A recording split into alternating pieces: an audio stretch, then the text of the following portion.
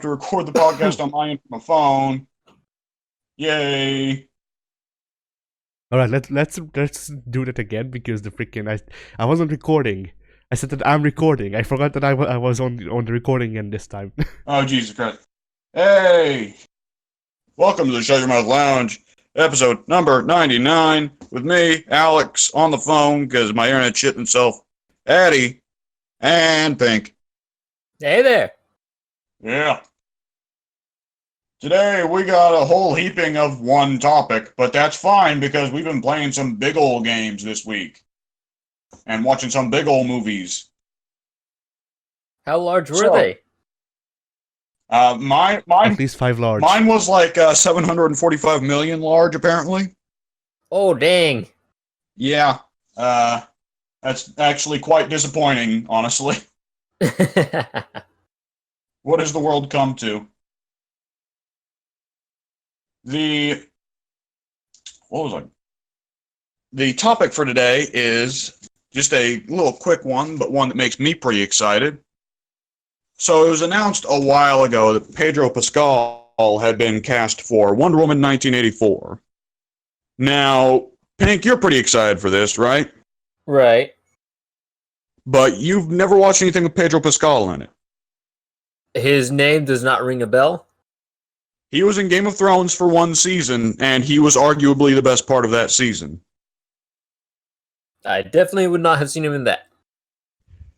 Have you heard of Oberyn Martell? No. Okay, so Game of Thrones Season 4, spoilers for Game of Thrones, which, shocker, spoilers for Game of Thrones on this podcast where I spoiled the fuck out of the entire series for both of you. Spoilers for Game of Thrones Season 4, but basically, so Joffrey, the shit kid, he gets poisoned and dies at his own wedding, right? Right. And everyone blames Tyrion. And Tyrion tries to have a legal trial over the whole thing, and of course, the whole trial is a gigantic sham because the people deciding are his sister and his father, both of whom hate him. So he's like, all right, trial by combat, beat that. I'll send my brother Jamie in. He's a big badass. And then Jamie's like, you know what? No, I'm not going to fight at the fucking trial by combat to decide the killer of my son. I'm not going to do that. So instead, in steps dashing Hispanic Oberyn Martell, who is seriously pissed because Tywin had the Mountain rape and kill his sister in a war 20 years ago, right? And Oberyn Martell is built up as like this big badass, and he's the ultra likable character that everyone likes. He's really nice to all of the fan favorite characters. He's stepping in to save Tyrion's ass. He's the only person in the whole group that isn't wildly homophobic and is actually quite bisexual himself. He's very much kind of your stereotypical dashing Hispanic. And it turns out he's this big badass when he gets into a fight with the Mountain, and then he gets brutally fucking murdered. Like, brutally fucking murdered. You guys have all seen the gif from Game of Thrones of the lady screaming, right? At the arena? No. I don't think so. Huh, alright. Well, basically it's horrible. He gets his eyes gouged out, and then he gets his skull smashed like a watermelon. It's by the Mountain with his bare hands. Doesn't sound like a fun time. No. But it was a very big moment because it only took a season for Oberyn Martell to become everyone's favorite character, and then he gets brutally fucking murdered at the end of the season. Just how it goes sometimes. Yep. Such is life.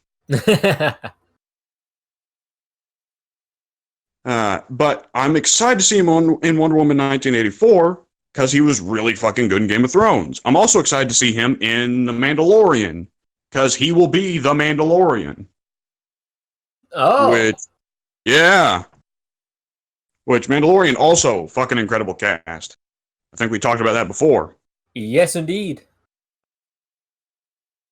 And apparently, the rumor that's floating around because of something that director Patty Jenkins tweeted is that Pedro Pascal may be playing Maxwell Lord. Which I mean, here's the thing. Pink's way more experienced with the character of Maxwell Lord than I am here. So, Pink, how would you describe Maxwell Lord? He got Blue Beetle killed, so I hate him. Okay, but before that, before the Jeff Johnsoning. Before. Do you remember what he did before? He was the benefactor of Justice League International. Right. I thought you read the Justice League International run. Nope, that was. I don't think I've ever read Justice League International. Oh, really? That's incredible. That seems like your kind of comic. It's all about Booster Gold, Blue Beetle, and Martian Manhunter yucking it up. That's that one? Yes. It's the famous comic where Booster Gold and Blue Beetle accidentally get Martian Manhunter addicted to Oreos. Okay, I've got my Justice Leagues mixed up. Yeah, Justice League International is the one where the first 6 issues tried to be serious, but after that, it changed writers to, I think, Keith Giffen, and Keith Giffen was like, all right, time to get this shit going. Time to yuck it up. And so Booster Gold and Blue Beetle get into crazy antics for the entirety of the comic, like going off to fucking start a casino in Hawaii. And of course, Booster Gold, trouble follows him anywhere he goes, so it all goes horribly wrong. Martian Manhunter gets a cookie addiction problem. Batman punches Guy Gardner so hard he gives him a concussion. And brain damage, can I fucking note that? Did you ever hear about that, Pink?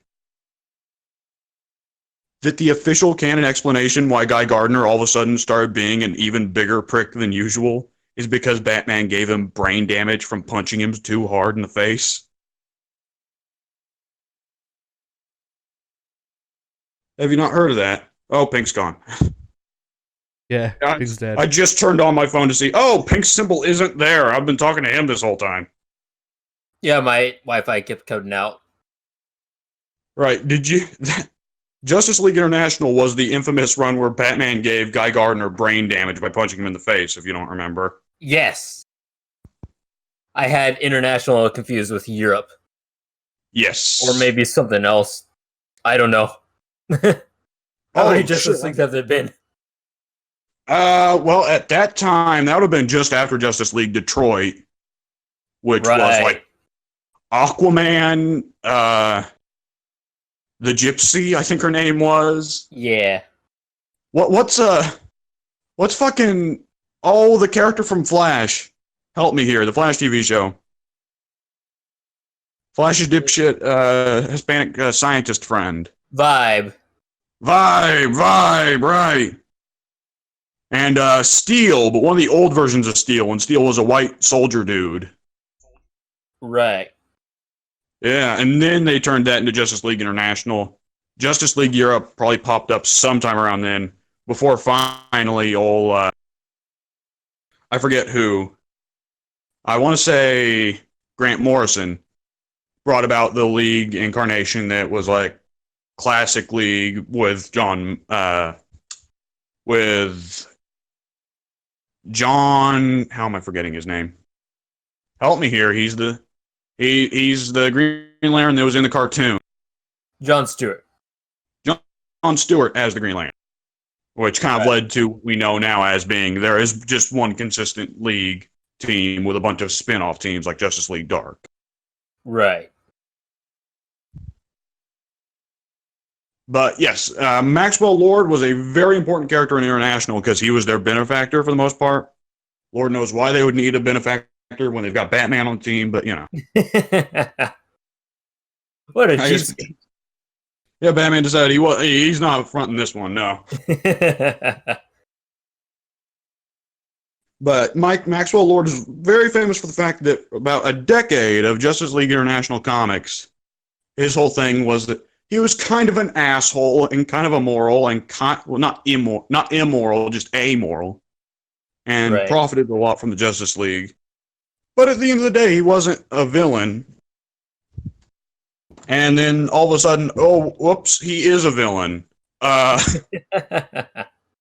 Turns out he hijacked Batman's whole Big Brother system to spy on people. And also he has mind control powers for some reason. which he decided not to use on Ted Kord, and instead brutally fucking blew Ted Kord's brains out. The alternative form of mind control. I mean, if you're trying to control it all over the room, I guess. Indeed. But this is, to me, a pretty neat announcement. For one thing, this means that if Ted Kord ever pops up in the DCEU going forward, he's safe. All right. For another thing, like, the fact that it's titled Wonder Woman 1984, and it's Maxwell Lord, whose most famous comic event was him hijacking the fucking Brother Eye satellites. I wonder what storyline they're going for here. It all sounds very nice to me. I'm still very much digging this Cold War scenario. I also appreciate that they are going with the old have one supervillain who's kind of a brute and have one supervillain who's more of a plotter thing, because they've also got Kristen Wiig as Cheetah. Right. So she'll probably be the villain for all the fight scenes, and Maxwell Lord will be the villain for the actual plot. Yeah. This could be some very interesting stuff. I wonder if they'll include the signature scene from the comics of Maxwell Lord getting fucking killed. I wonder if we'll get to see Diana just snap his neck. That is an excellent question. I don't know if they do that, especially so early on. Well, I mean, if they want to keep Maxwell Lord around, I guess they could, but I don't know if they'd want to keep Maxwell Lord around if they're going to straight up introduce him as a villain first thing. Because, I mean, in the comics, he stuck around as I'm not talking about for Maxwell Lord as a character. I'm talking about for Diana as a character.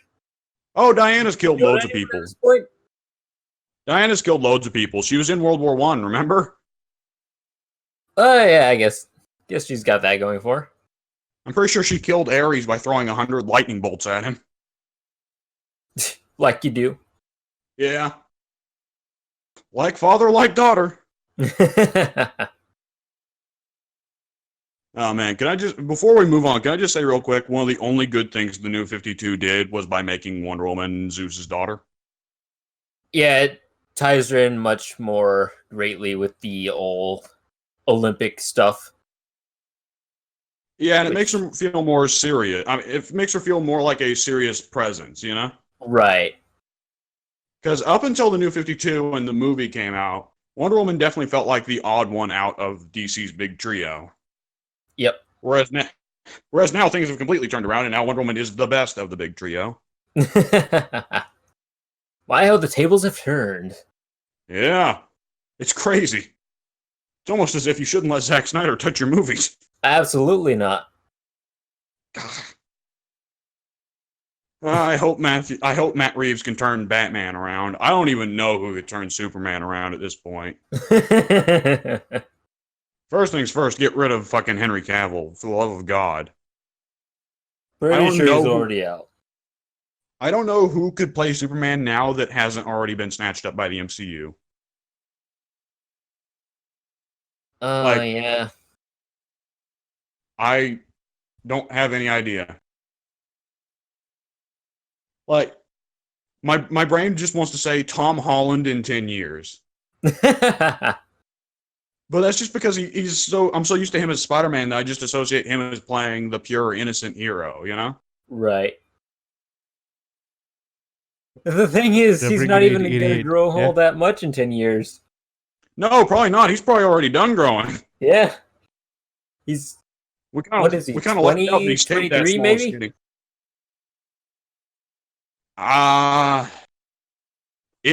Is he 23? I think he's like just a couple years older than me. Yeah, probably 23 or 24. So technically 25 is when you're supposed to stop growing. Right. Unless you have acromegaly, which I don't think he does. Probably not. He's a small dude. It's a late set acromegaly.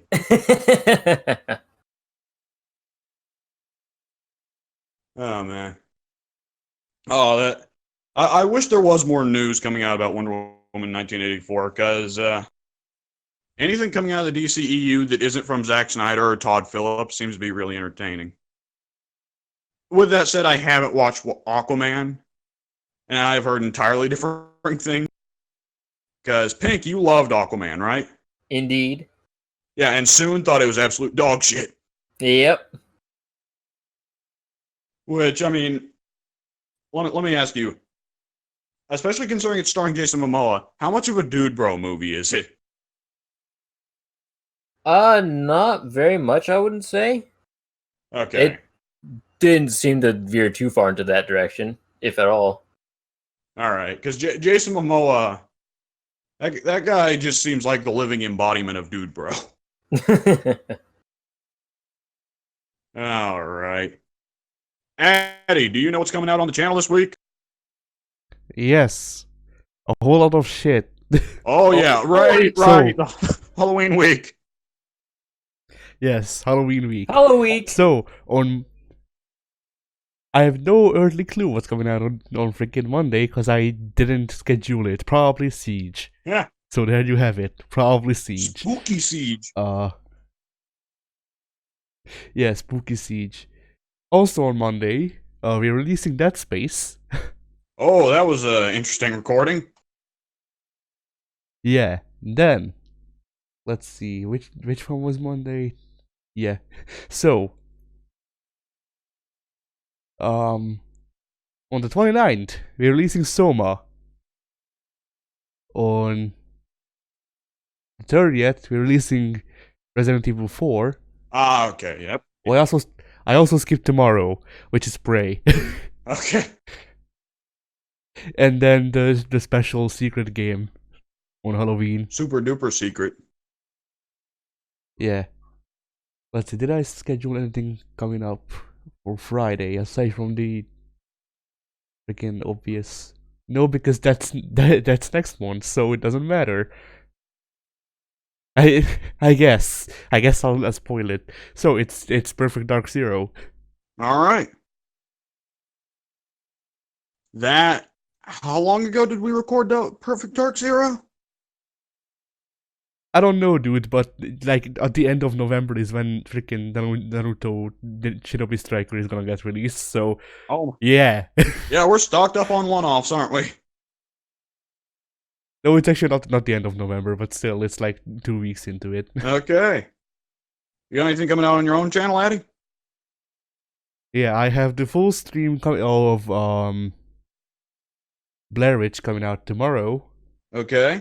As well as the full stream of Prey coming out with Prey. All right. And then also the Secret Games full stream also coming out with that video. All right. So if you want to see the unedited version of our videos, which are just whatever crap makes it in, then you can go over and see it on Addy's channel and get kind of a glimpse of what we decide to cut out. Yeah. All right. Thank you. Also Assassin's Creed Odyssey. Oh, all right. Sorry. Forgot about that one. No, that's no problem. Addy. Oh, damn it. Pink, what you got coming out on your channel? Pink? Is Pink gone again? Yeah, I believe Pink is gone again. So I'll just go ahead and say what's coming out on my channel. Oh, no, there he is. Pink, what's coming out on your channel, man? On Monday and Wednesday, I should have episodes of Civilization coming out. I think on Monday it's Indonesia, and on Wednesday it will be the next episode of the Inca playthrough. I like that the Indonesia playthrough, you were not a big fan of it, that you just decided to start a second fucking playthrough. I got such a slow start with the Indonesia playthrough. I'm probably not going to be able to salvage it, but I will try. But yeah, in order to get a break and clear my head from that, I just had to start a new one. And I had a lot of fun with the Inca, so I'm really, really excited for that series.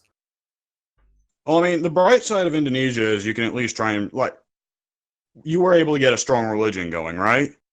Yes. Okay, how big of a map are you playing on? Standard? Standard, yeah. Ooh, that might be a little bit rough for religious victory. I mean, yep. No. Yeah. Yeah. Are you in the lead for science? No, because I am absolutely not in the lead for science. Ooh. Yeah. Like I said, it's been a rough, slow start, and I don't know if I'll actually be able to salvage it or not. I mean, if you start playing up the whole nature card and naturalism and all that, you might be able to secure a diplomatic victory. Or no, natural parks are culture, right? Yes, they are. Yep. Oh, there's a stink beetle sitting on my window still. You know what? I'll just pretend it's not there and hope it leaves. I need to figure out where the hole is in my window because that's like the second time stink beetle has gotten in through that window. Ah! Right. So, what victory type are you shooting for so far in Indonesia, you think? I was definitely going to try a religious victory. If I can't do that, I'm going to shift over to culture because I don't know how strong the domination game will be. Well, I wouldn't go for domination with Guitarja anyways. Right. Because Are there any civs that have tons of continental land? tons of what? Are there any civs running around that have lots of continental land? Addy, can you hear me? Okay. Yeah. I can't hear anything. Hang on. Yep. All right. Great. Goodbye. That is very unfortunate for him because that really Guitarja has religion. The amount of housing she gets might push her for a science victory. But other than that, like, she's kind of an awkward civ to work with. I don't. Yeah, he's in a rough spot. Which, I mean, hey, if you want to watch somebody try and pull out a rough game and push it to victory, then absolutely go watch that on Pink's channel. Oh, yeah.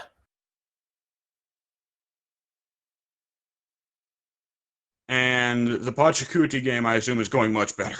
It's going very well. I'm probably steamrolling ahead of everyone at this point because I was lucky enough to get a very, very good start. So I've got no issues going forward. Everything's cruising along very nicely. I think it's a small map as well, so I was going for a religious victory, so that's going to be much easier to attain. All right. And how are you feeling so far about Pacha's love for mountains? I absolutely love it. It's fantastic, isn't it? Yes. I mean, it's something I didn't realize was crazy about Pacha until I played another Civ is like looking at the fact that he gets mountain tunnels almost immediately. Yep. I played a game as Nubia. I played the first game where I played through to completion, and I'll mention that later when we talk about what we've done in our week. But every other Civ is not going to get mountain tunnels until turn 260. Right. You get them so very late. Yeah. Which in Civ 6 there are mountain ranges everywhere. Yep. I mean, it's good for campuses, but yeah, have fun with that, getting locked into the mountain range. Yep. And what victory type are you going with for Pacha? Did you say religious? Yeah. All right. Religion's a solid one with Pacha. All right, and that's all that's coming on your channel? Yes, indeed. Okay. And me personally on my channel, let's see. If memory serves, on Tuesday, I should be coming out with another episode of Prison Architect. And on Wednesday, I should be coming out with another episode. Not Wednesday, Thursday, I should be coming out with another episode of Civ 6. But it'll be on Halloween, so spooky, blah. It's just me playing as Wilhelmina. There's nothing spooky about it. I'm not getting any use out of her uniques. I'm doing shit at that.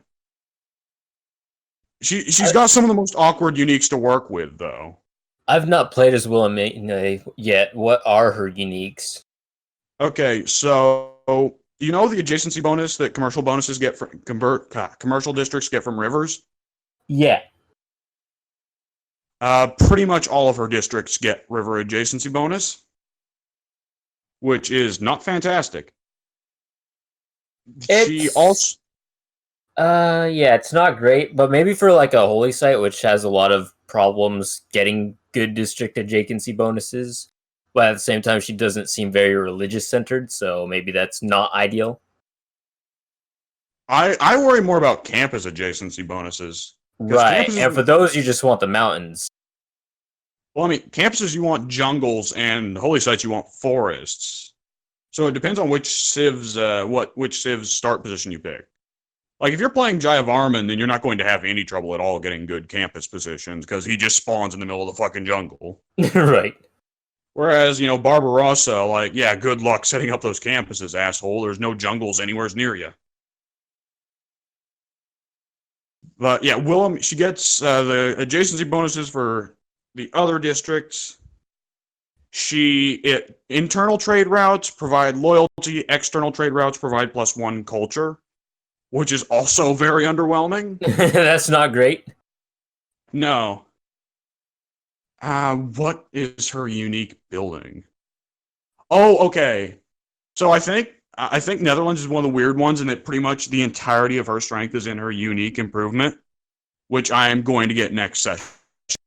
Because she gets the polder, which is basically farms on coasts. Oh. I think it's like farms and mines both on coasts, because it's the windmill and the flower fields, but you get to build them on water. Yeah, I can see why that would be her only noteworthy Well, she does get ability. an upgrade. She does get an upgraded version of the privateer, but I don't know what it does. But yeah, when you like go on the Civilization subreddit, and they love to show off the tile yield porn, right? Have you ever seen that? I don't go on Reddit. Yeah, that's understandable. It's very common to try and show off like how much yield you can get on a single tile. And one of the most common ones is, hey, look, I put down a ton of polders on these coasts. So I'm getting like 6 food, 6 hammers, and 6 gold out of this one tile. It's fantastic. I have to imagine that if you're playing Netherlands and you also get Nazca as a city-state, then you can just make some of the most broken tile placements ever. All right. I don't want to keep the Civ 6 talk going too long, but I just want to ask you this one question real quick. Have you got Nazca in any of your games? No, I don't believe I have. You need to grab Nazca, because Nazca is fucking silly if you set up any cities in the desert. You get the Nazca Lines improvement, which you can put on any flat desert. And if you put it on a flat desert, it I causes... did get them way back when I first started playing Civ. It was a vanilla Civ game. I was playing as Egypt, and I got the Nazca line, put it down, and I was like, I have no idea what this does. And I never actually continued that game. So what it does is the tile that the Nazca line gets put down on cannot be worked anymore, but every tile that is touching it gets +1 to food, +1 to hammers, +1 to faith. Oh man! And if you surround one tile with Nazca lines, then you are getting +6 food, +6 hammers, and +6 faith on a tile that is only being worked by one person. Yeah, that's pretty crazy. Yeah. And if you can add that to whatever unique improvement your Civ has, like the polder, then yeah, it can get pretty nuts. All right. Addy, I'm sorry for the Civs talk. You want to go ahead and take away what you've been doing in the past 2 weeks then, Addy? I'm fine either way. All right, go ahead. I think you've got something that we're all interested in talking about. Right, so let's start off with the big one. I started and finished The Outer Worlds. You finished it? Yeah, in a day. Oh my goodness. And here's the thing, I started it yesterday, adjusted the options, and then turned it off because it was my mom's birthday and didn't want to be playing games all day. So here's the thing, Pink. As far as I know, I didn't even rush through the story. I did side missions as well. I did side missions, I did companion missions, I did everything that I could, so as to try to not rush through the story. The only thing I didn't do is I didn't walk through every single town and speak with literally every unnamed NPC. So then you didn't play the game right. Go back and do it again. But yeah, Outer Worlds. is Fallout New Vegas 2. And that's basically all we had to hear, really. But yeah. Where to start? Well, let's start with this picture that I found that is pretty yes. So I'm liking the sounds of this. give me a sec. All right, it's time to see this picture that is apparently pretty yes. Yes, it is pretty yes. I think that's a timestamp. So this is a pretty good descriptor of the game. Look at the dialogue options. And also the flaws. Robophobia. I like option number 2 the most. Yeah, Drobophobia adds that option. So, The Outer Worlds is basically taking the good parts of Fallout New Vegas and going, yes, but what if we added sprinting?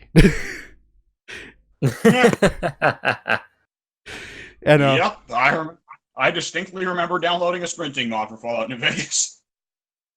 I need to get places, and I need to get them quick. But not only did they add sprinting, they also added the flaw system, which I'll explain in a bit. So overall, my thoughts on the game, really freaking good, aside from the one game-breaking bug, which I wanted to touch on real quick, so we're really clear. So, in the last mission, a new dawn or whatever, something like that, whatever, we don't... whatever, it's a title for a mission, yeah. In that mission, there's a part where you have to go through a door that you have to access through a terminal. You unseal the door, you open the door, and if you walk through, the game crashes. Okay. Well, that's not good. So, I looked it up. Nobody, as far as I know, nobody has found the actual issue that causes this to happen. I think I might have figured out a part of it, although I'm not sure because I don't know how to freaking do video games. So, from what I noticed, because the way to fix this is a person you have to kill is in that room. And the game has a cloaking system where people will mistake you for one of theirs for a bit if you beat certain things. So what I think happens is the game gets overloaded because the character that is in the room and you need to kill knows that you're not one of theirs. But the game is also trying to force it on them to think that you're one of theirs, but it can't. And I think that's what forces the crash, because if you shoot him, thus making your disguise fail, then the game doesn't crash. Yeah, that seems logical. So yeah, whenever in the last couple of missions you open up a freaking door, just remember, shoot. Okay. Guns blazing. It wouldn't be an Obsidian game without any fucking ridiculous bugs. But aside, nope. It wouldn't be an open world RPG without any ridiculous fucking bugs. But aside from that, Indeed. I actually didn't see any issues that weren't caused by the freaking weird ass keyboard support. So here's the thing: the game has full keyboard support and no mouse support. Let me just aim with a stick. Clearly the best part. Playing with it's like the worst of both worlds. Are you fucking joking? I don't know. That's why. I don't know. That's what they did. And the thing is, because the game has no mouse support, but full keyboard support. If you have a keyboard plugged in, I actually tested this because I have one plugged in at all times. If you have a keyboard plugged in and you try to navigate the menus with the arrow keys, then you can't actually navigate the menus because it detects that you have a keyboard and mouse. But because there's no mouse support, there's no cursor. So, yeah, that was fun. What? So yeah, onto the good parts. The story, pretty good, I'd say. I mean, all right. Yeah. And characters I liked, the ones I found. There are overall, from what I could tell, 5 companions that you can pick up. I say that I think there are 5 companions is because whenever you leave the ship, because you have a ship, whenever you leave the ship, you can choose which companions to take with you, and there's 5 slots. So, yeah. Looking at this screen, I initially thought that you would be able to have an actual, 6-man team, because that would be cool as shit. But No. yeah, no. It's Fallout. It's still Fallout in its heart, so no. that also would be a bit freaking overpowered, but still.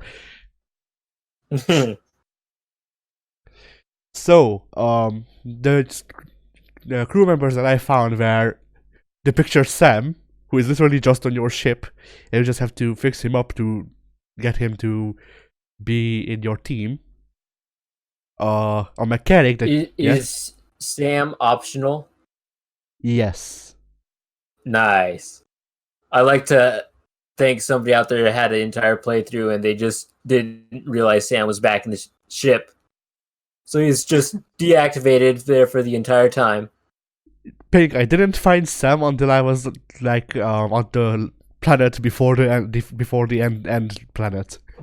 So you were almost that person I was hoping for. Yeah, because I was like, you know what? I never actually walked through the ship, so I just walked through and I just see this thing, and I'm like, oh, I guess that's also there.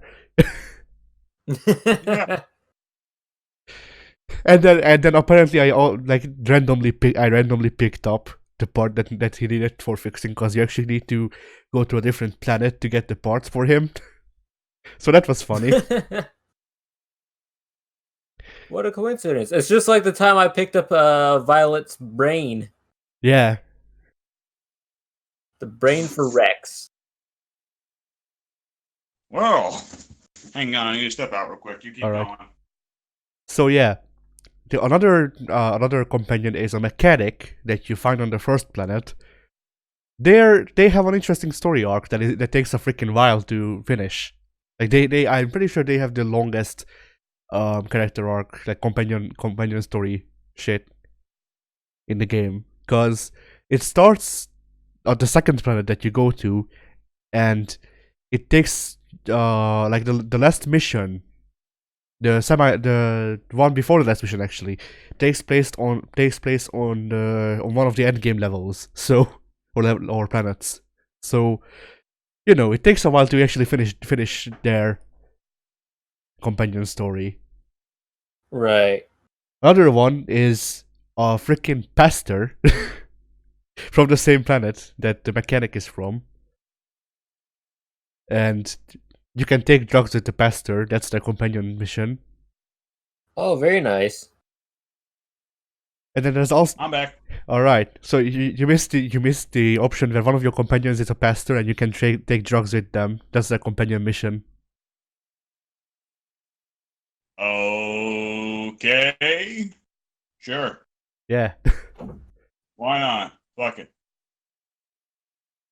Then there was also freaking like just basically a blue collar worker who beat the shit out of his boss. So now either you take him under your wing and let him go on the ship, or they kill him, basically. That sounds very Fallout. Yeah, the whole story is a bit Fallout to me, because, well, the thing is, during the whole thing, you're choosing between serving the companies that are ruling the entire solar system that you're in, which is not our own, and trying to free the people. I went with the free the people ending because of course I did. Yeah, it does happen. The game, All right. to touch on the ending a bit without spoiling anything, the ending is very Fallout, by which I mean the way the ending is told to you is very Fallout. Pretty much exactly what I'd expect. Yeah, so the Outer Worlds, Fallout New Vegas 2, this time with the rapey freaking Moonman instead of Fallout Boy, or whatever, Pip Boy. Ah, yes, my favorite part of the Fallout series is Fallout Boy. Dude, I thought you were gonna say like rape boy. I was going, okay, time to stop. New topic, new topic. So yeah, I did that. And this is probably the best game I've played this week. So you can get ready for the other things. Oh god. So I started a playthrough, and actually I recorded it as well, but it's editing. Started a playthrough of Detroit Become Human.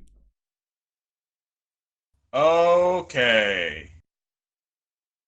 I'm curious to hear what you think of that. Well, so far I robbed a 7-Eleven, so I'm not sure either. I think you're probably gonna agree with a common consensus on that. That being that Connor's story is very good and the other stories are not. I don't know. I like the part where I shot the abusive father. Well, I mean, I guess yeah, you're probably not wrong. But yeah, let's see if I remembered points that I want to. Yeah, controls. Of course, it's a David Cage game, so it has David Cage controls, but I feel like they messed it up a bit because the right stick controlling both the camera and the interactions sometimes messes up a bit because before I actually had to shoot up the 7-Eleven, I nearly pulled the gun on the worker anyway because I wanted to switch where the camera was pointing at.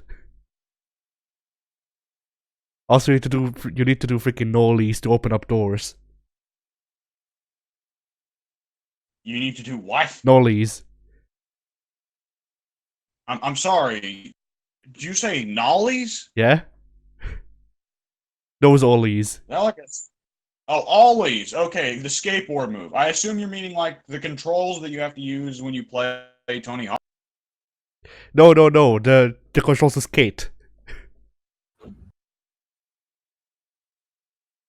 I mean, those two are pretty much the same for me. I don't know. I don't know, because from what I remember, Tony Hawk is more of a button combination thing, and skate is more of a do zigzags with the stick thing. And the motion for an ollie in skates was pushing up and then to the side, which is how you open doors in this game. So yeah, Yeah. you do nollies to open up doors. All right. Are Yeah. you immersed? No. I'm pretty sure I nearly got killed at least once by the father because the freaking just putting to the side wasn't enough. I had to throw my controller to the side for it to register. Doing ollies is a failure of the game developer. Yeah. Oh man. Good old David Kage. Dave Kaje. David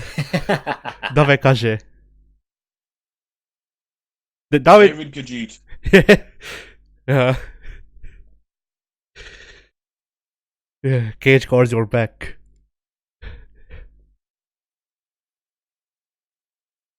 Oh, Anyway. Christ. Yeah. Yeah. Otherwise, I actually don't mind the story that much so far. For anyone, That won't last. probably not. Yeah, like the thing is, that wasn't recorded, but I actually wanted to point this out. After I quit to the main menu, after I was done recording, the game was like, "Hey, do you want to take a survey?" It's like, I guess it seemed like an universe thing. It's like, "Hey, so if androids existed, would you have sex with them?" Yes, that is like obviously not a real survey that the game is actually asking you. The game is trying to figure out your opinions on certain things before cutscenes occur, and it will change the cutscenes based on how you answered the survey. Huh? Did you play Until Dawn? No. Okay, it's a ripoff of the same. Until Dawn does the same thing. The butterfly Where effect. in between, Yeah, I the know. butterfly effect, yes. But you've seen the cutscenes with Peter Stormare playing the creepy therapist. Yes, Yeah, it's a ripoff of that. I see. Which I mean, of course, Whenever David Cage has a good idea, it's not actually his. So yeah, that. I also Godfather in Neo. Every time I make progress in that game, I'm You just get pissed. yes. Every time I get like every time I progress further into that game, I feel like my opinion that freaking Souls-like games suck is reinforced. I mean, I would be interested if we ever get around to recording that. What the fuck was that? Pink. It was pink. Did that Hank, is it raining? No, I think his microphone is messing up again. I think we heard that. Something happened. No, okay, now we can hear you. So yeah, what were you going to say, W?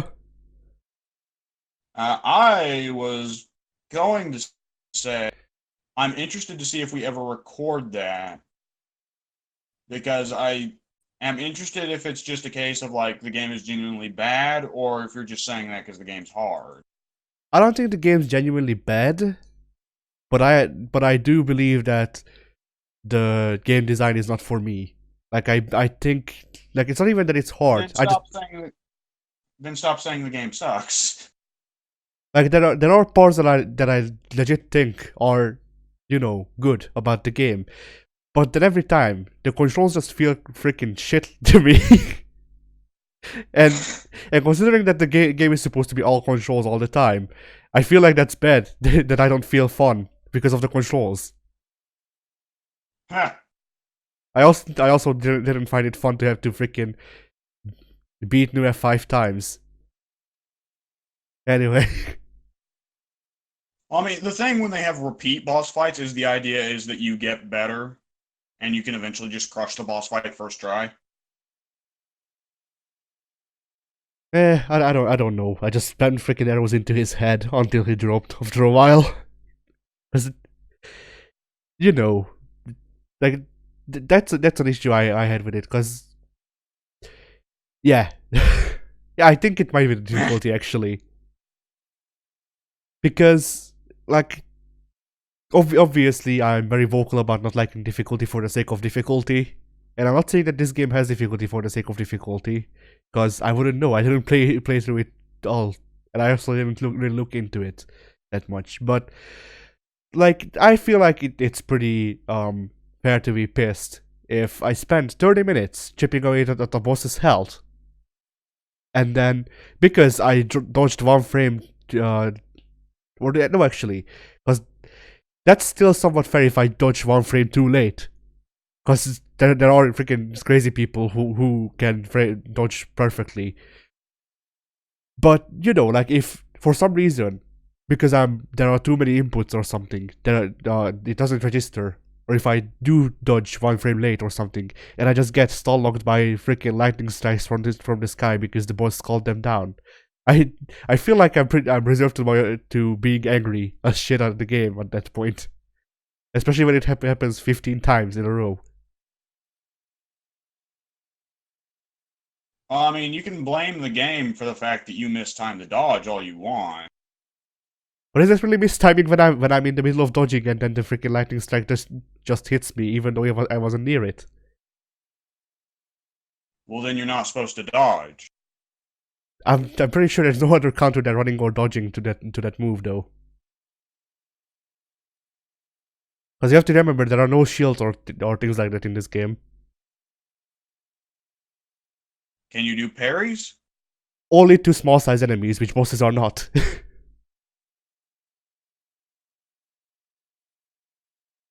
Can you block? I think the lightning strike goes through the block because I think I blocked it at least once before giving up on that.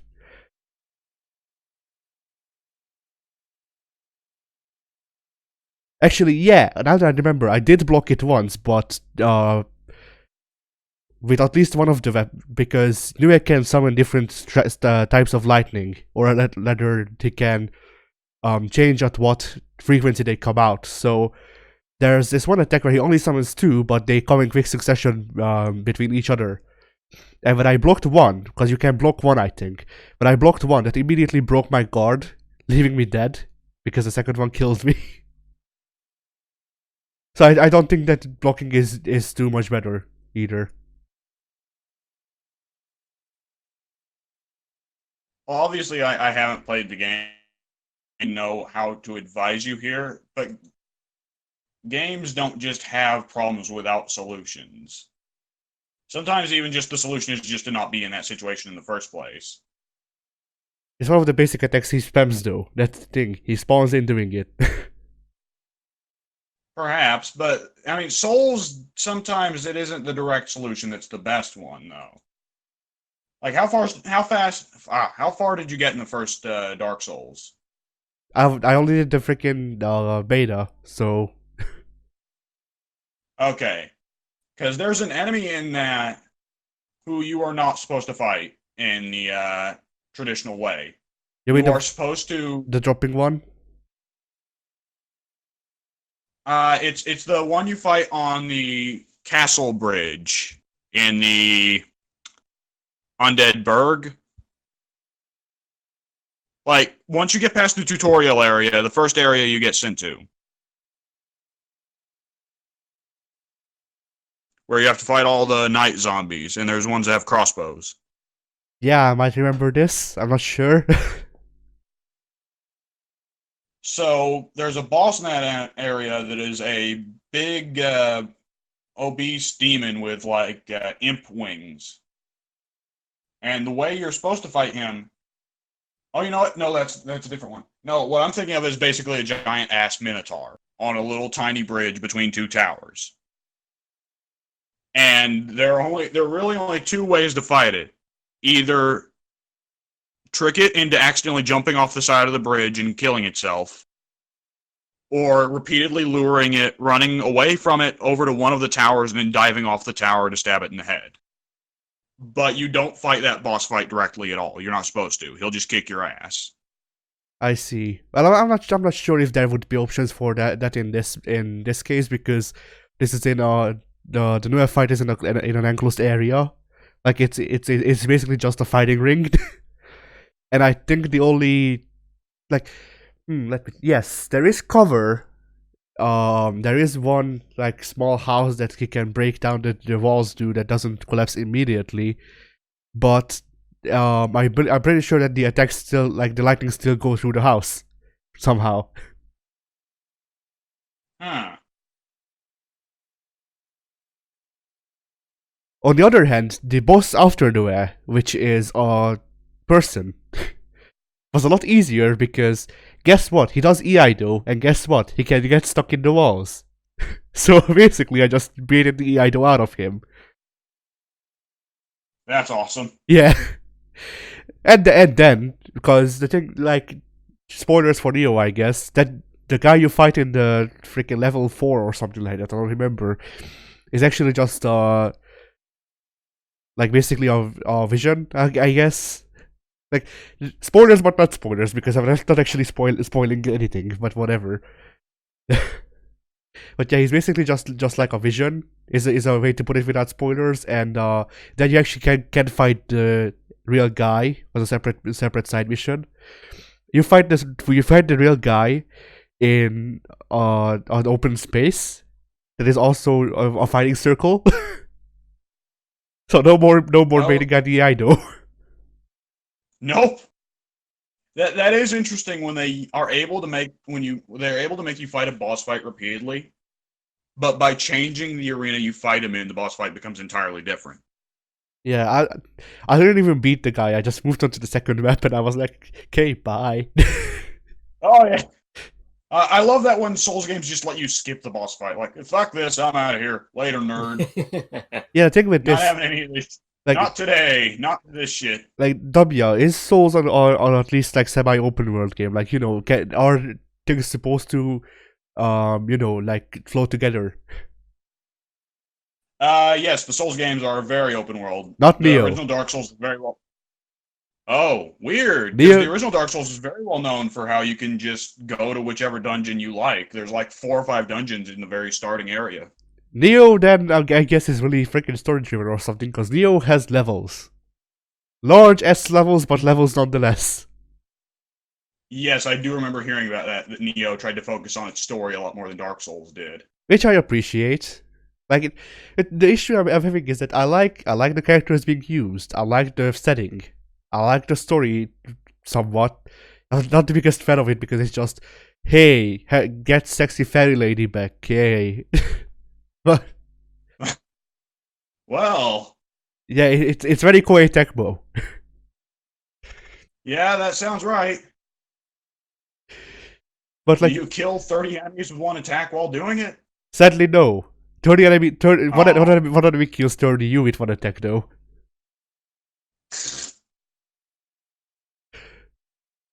And actually, another thing that I wanted to point out with the second boss fight is the Ido boss fight is that the Ido guy, because in Neo people just have stands basically, and the stands, instead of fighting like in JoJo, they just summon elemental powers for them and shit like that. They can also attack in limited cases, but whatever. Yeah. Yeah, so the Iaido guy can summon his elemental dog, freaking lightning dog, and the lightning dog can stun you. That doesn't really freaking matter, except for the one time when I was like at half health. By the way, I'm running heavy armor and heavy weapons, so health, or like I think a bit over a quarter health, somewhere between those two. I like by the tip of my teeth, I kill the freaking boss because if he hit me, it doesn't matter that I have heavy armor on or that I'm at more than a quarter health away from dying, he'll kill me. I kill him while he's channeling his freaking stand. The stand comes out, I kill him, like literally the second the stand shows up. And the stand, like, as the stage clear thing pops up for me, and I don't think I can block or attack during that. I can just walk around, though I'm not sure. So I might have been stupid here. The stage clear thing comes up, and as it comes up, the elemental dog charges at me, hits me, I die. I had to do the boss fight again. Oh, that's a gotcha moment. I know Japan loves to have gotcha moments in boss fights like that. I don't know if you've ever noticed that. No, not really. Yeah. There's oh man, I forget what game. There's definitely like at least one instance of DMC of a giant boss fight that falls over when you kill it, and as it's falling, it will land its hand on the stage, and if you were in the wrong spot, you'll get crushed by the hand. But there's definitely also a Western game I can think of that I can't think of that's done something like that. But I always love that just for the gifs of when the first person to fall for it.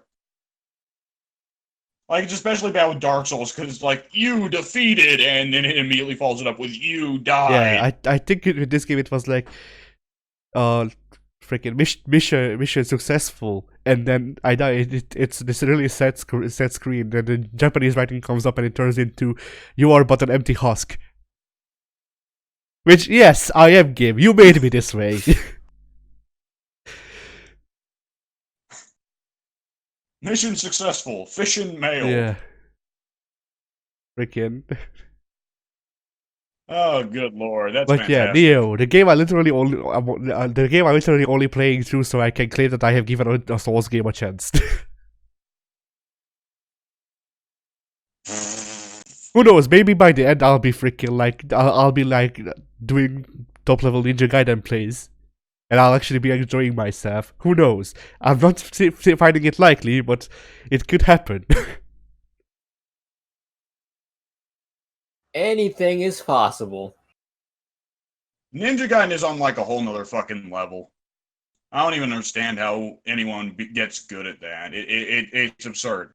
You know what? Muda's the one who mouths off about being great at that game. We need to interrogate him one day. Hey Muda, how The- do we the not reason- suck at that like- game you love? I'm pretty sure the reason Muta is good at freaking Ninja Gaiden is because he could legitimately kill a guy.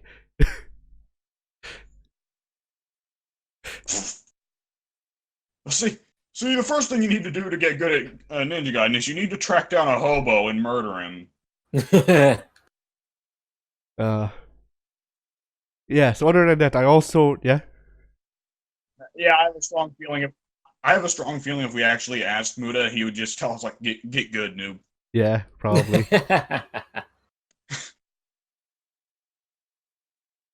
So yeah, I also started freaking the Tyranny of George Washington or King Washington DLC for Assassin's Creed 3, which I've never played before. Oh, really? Because that was supposed to be one of the big ones. Well, I'm not sure about the big one, but yeah, it's a major story expansion which is not really canon, like at all. Yeah. So it's an episodic DLC. It has 3 episodes from what I could tell, and yeah, I started episode 1. To my, Yeah, go ahead. to my understanding, it's known for the fact that it gave Connor a lot more characterization, right? I'm not sure about that yet, but I do know that it gave Connor freaking animal forms. Oh, that's sick. Yeah, like one second, like the thing I think I'm more accepting of this shit than with Odyssey, even though I like being freaking the fourth Hokage in Odyssey, is because Odyssey is supposed to be canon and this shit's not. Like I'm fine with playing as freaking stupid ass overpowered Connor in a DLC that's not canon for things other than, you know, maybe 1 or 2 pieces of Eden or actual things that exist in the lore. But it changes things when you go from, okay, so here's what it could be, to here's what it is, and we're just gonna accept that this is reality now. Yeah. Because I'm pretty sure that the biggest like in story use of Pieces of Eden before Connor was, well, either Altair or Ezio, because both of them used it to summon armies basically. But also both of them got killed in the process, more or less. Altair mentally and Ezio physically. Meanwhile, the freaking Alexios, he just tanks it because he's a Greek horse. He's a what? I'm sorry? Greek horse. Okay. Is it? I thought you said something very different. He's also that. Possibly. And depending on how you play, he can be a Greek whore, yeah. But yeah, going back to this. What'd you call me?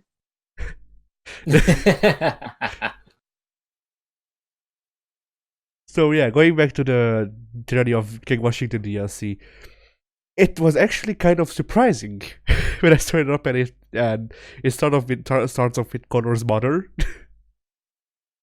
who dies at the start of the game. What was even more yes, I remember that. What was even more surprising is that Connor actually, like, what I expected was, we're gonna take this alternate history route with Washington becoming king of America and then going power hungry because he has a piece of Eden. What I didn't expect them to is to actually have like main story Connor get put into this, because I thought it would be like, oh, I've been tracking Washington down for like 15 years and I have mastered these powers and I can now teleport because I am Connor Raton Hakaton. But no, it's actually Connor just went to sleep one night and then he woke up in an alternate reality, because why not? It's not canon, so who cares? Oh. Oh, I thought it was alternate reality Connor. No, it's main canon Connor?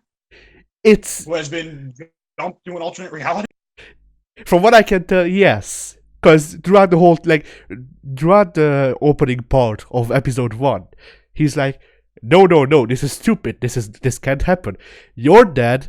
Washington's not evil. Washington retired. You're dead. The freaking city or the village burned down. Everyone died. I don't have superpowers. What are you talking about? And that's basically What a horrible thing to say to your mother. the thing is like I said it twice to drive it home, but he actually does say it at least once before she dies in the alternate reality as well. So Oh God, is old Hatem, no. what's his face? Hatham's still dead in that timeline. Yes, in fact, Hatem died before we get like according to Connor's mother, Hatem died years ago, and he left the freaking assassin paraphernalia or whatever to him. Also, apparently, Hatem was an assassin in this reality. Oh, weird. Yeah, Good Hatham. That's very weird. yeah, Because I mean, I think that's the one moment out of AC3 that everyone remembers is, oh no, this guy is definitely not the protagonist. yeah.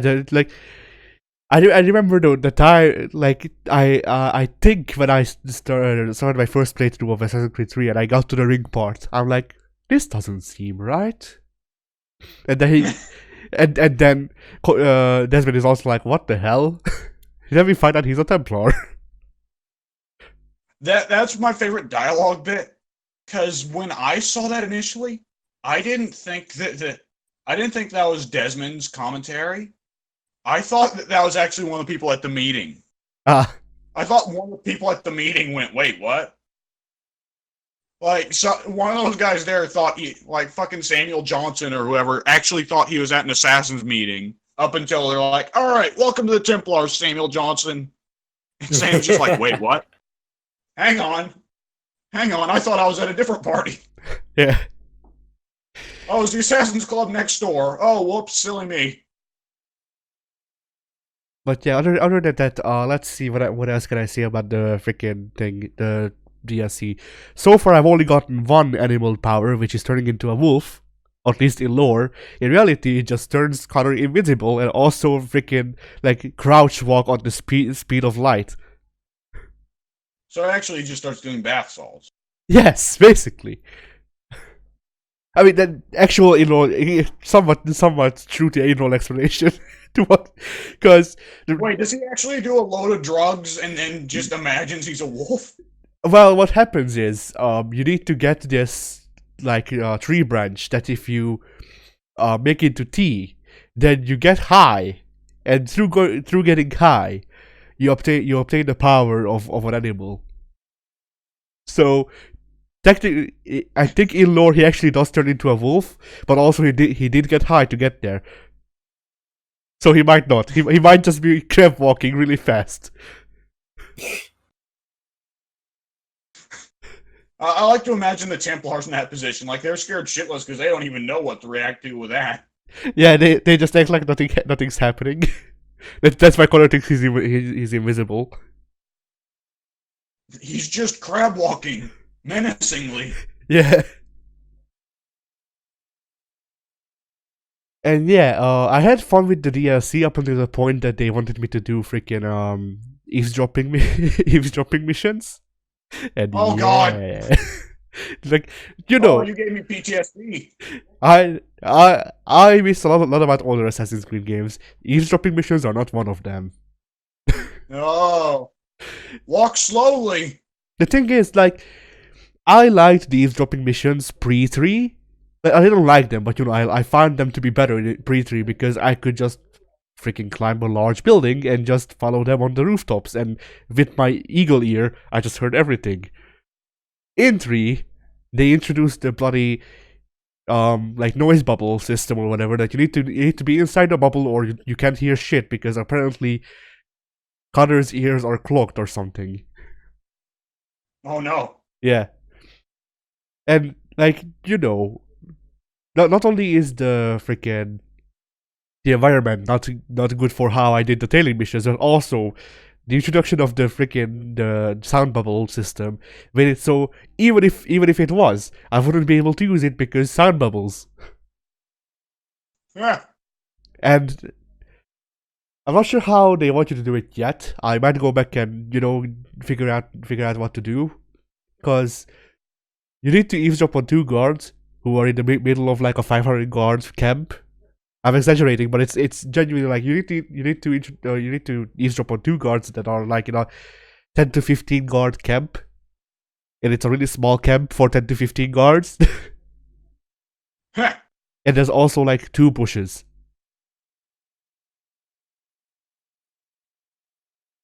But yeah, Oh yeah, I remember that from Vanilla AC3. yeah. So it's like some once again, some things I really miss. I really miss the old parkour system. I really wish that that freaking fighting with the hidden blade would come back, shit like that. Tailing missions, no. Tailing missions, we're right to die. And the worst part is Assassin's Creed freaking deleted tailing missions. Yakuza added them in. Welcome to Judgment. But yeah. Oh Jesus. Yeah. Going back to the actual gameplay part of this whole thing, the animal transformations take your health, like a lot. Oh. Well, don't do drugs, Yeah. kids. So while It's very important not to do drugs. so while it's very useful and shit to be invisible, you can also only be invisible for like a good, I don't know, half a minute at most, or Connor just drops dead from the bath salts. Too many bath salts, dead. Yeah. Oh man. Oh, that sounds really dumb. I love it. Yeah. I don't know. Like I wish we had more DLC like this, but I also don't wish I also wish that it didn't become the main game. Yeah. Maybe like I also like I think actually, now that I think about it, it could work in the main game if it was another trilogy like with Ezio, and the whole games were just about them getting more and more pieces of Eden so they can become an unstoppable fighter. Like then I could be receptive to the idea of, okay, this guy just can't die, he can teleport, he can clone himself, he can just summon freaking arrows from the sky because he's just that much of a badass. Because you started out with a little shitty guy, and then throughout 3 games, you just spent the whole games acquiring more and more and more pieces of Eden than just do freaking miracle shit. I guess what I'm trying to say. Past a certain point, you're just playing as Doctor Doom, really. Yeah. I guess the thing that I'm missing from Odyssey, and the thing that makes me dislike the fact that the pieces of Eden in that are so overpowered, is that because you only get 2, and from what I gathered from my dives into the lore, pieces of Eden are supposed to only serve a purpose, or like a couple purposes, not all of purposes. So like the shroud can give people their health back, but it can't summon people, shit like that. Yeah. Anyway, yeah, Assassin's Creed 3. Yes, it exists. Tyranny of King Washington. I wish there wasn't freaking eavesdropping. it was so promising until they introduced the eavesdropping. Oh God. Yeah. Fuck me. Yikes. And I think that might be all. Yeah, I think so. All right. And Pink, what you been up to, man? All right. Obviously, or maybe not, I don't know. 2K20 released this past Tuesday, I want to say. I took that night off from work and played it on midnight release, which was actually 9 p.m. my time, but that's just time zone differences. So, has anyone here seen any of the GIFs of all the glitches that happened? I watched most of No. the New Legacy stream, Pink. I know that. Right, they had a lot of crazy stuff happen. Yeah. I know the glitches. Yes. My favorite is the one where 15 people can just stand on top of the animation chamber. Right. So it's let me start off with the controls. They changed the controls this year, and I'm still not sure why. To make it seem like they actually added anything. Yeah, to make it seem like they did something when in all actuality they didn't. So They added bugs to the game. they added plenty of the bugs. They got all the bugs they could find. I want to see a dev report that just lists that. Added bugs. So Pink, do they have the praying mantis? I mean, I struggle to come up with something similar to a praying mantis, so I'm just gonna go on a limb and say no. I think there's freaking chains like old kick. They might have removed it since Oh then. yeah, I'm confused that with a crane. It might be a crane kick actually. Now that you say it, yeah. It is a crane kick, but I'm pretty sure somebody at some point has called it the praying mantis. Yeah. Did they ever take the crane kick out? I don't believe so. Hang on, I can look this up while you guys go ahead. All right. I gotta go fucking put day 2K19 in the console. Well, give me a minute.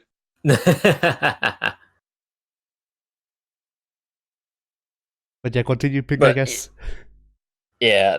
Control-wise, they made a lot of changes, and I'm not a big fan of any of them except for the new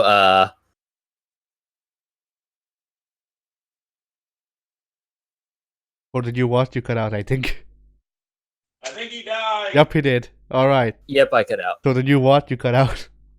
The new control for submissions. Previously in 2K19 and everything prior, you would basically hit the A button to enter a headlock. Then you'd hold the A button to go into a submission. Now you don't have to go into a headlock in order to do a submission. You just hold the right trigger and the A button, or whatever the PS4 equivalent would be. And then that'll put them... Right, X. That will put them into a submission. So there's no need to go through all the previous steps, which is a lot smoother now, and I like that a lot. I'm pretty sure I'm pretty sure you could just hold the A button in 2K19 as well, or at least you could in 2K16. Maybe. I mean, for ground grapples, yeah, you could hold the A button and they go into submission. But I think if you wanted a standing opponent to get into submission, you'd have to go through the headlock system first. But I could be wrong. I can also test that out. Amusingly enough, the fact that I'm speaking from a phone here actually makes it much more convenient for me to play Xbox One. At some point, I need to take a fucking picture of the setup I've got with this Xbox One controller here, because it is the most terribly awkward thing, and it puts a massive crick in my neck. Oh god, audio, it's actually at a volume higher than 1. I need to fix that. There we go. That way you guys don't just have Goldust's theme playing throughout the entire podcast. Now I'll have to edit it in post. No. That's what I live for, Addy, to give you more work. It's what we're all here for. So the submissions were the only thing new control-wise that I liked. Everything else either feels inferior to the previous control system or just flat out janky sometimes, because special moves are now on X and A, or whatever the PS4 equivalent would be, which is a lot like Day of Reckoning 1 and 2 on the GameCube, where finishers were assigned to, I want to say, A and B. What's big? And it's not great. What big? You don't want to press 15? Like, you don't want to press all of the face buttons at the same time to do a freaking Irish whip? Right. Smack the controller against your ass a couple times, and maybe you'll get your character to hit his finish. But yeah. How bad is the? How much space of time? How many frames? Like, would you say? How much time do you have between pressing X and A before it detects them both being entered at the same time? Do you have to actually try and put it in both at the same time, or does it have just a little bit of leeway? You have to put them in at the same time. I don't think there's any leeway because I've been slamming it at the same time, and sometimes, like, if I'm running towards an opponent, like if I'm going for a spear or something at Charlotte, I will hit both buttons at the same time, and she will either do a grapple or a strike sometimes, and not the actual special maneuver. Yep, that's what I was worried about. Yep, same here. It's like, once they announced that change, I was like, oh no, that's gonna screw up so many things, and what do you know it did? Yeah, the thing is, if you're going to do that, you need to have quite a bit of like leeway there, because only your Tekken pros are going to be able to actually press X and A in the exact same frame. Yep. And even then, like I think Addy might back me up here. Even then, Tekken can be kind of dickish about whether or not it's going to actually let you get that grapple off, or if your character's just going to jab. Yeah.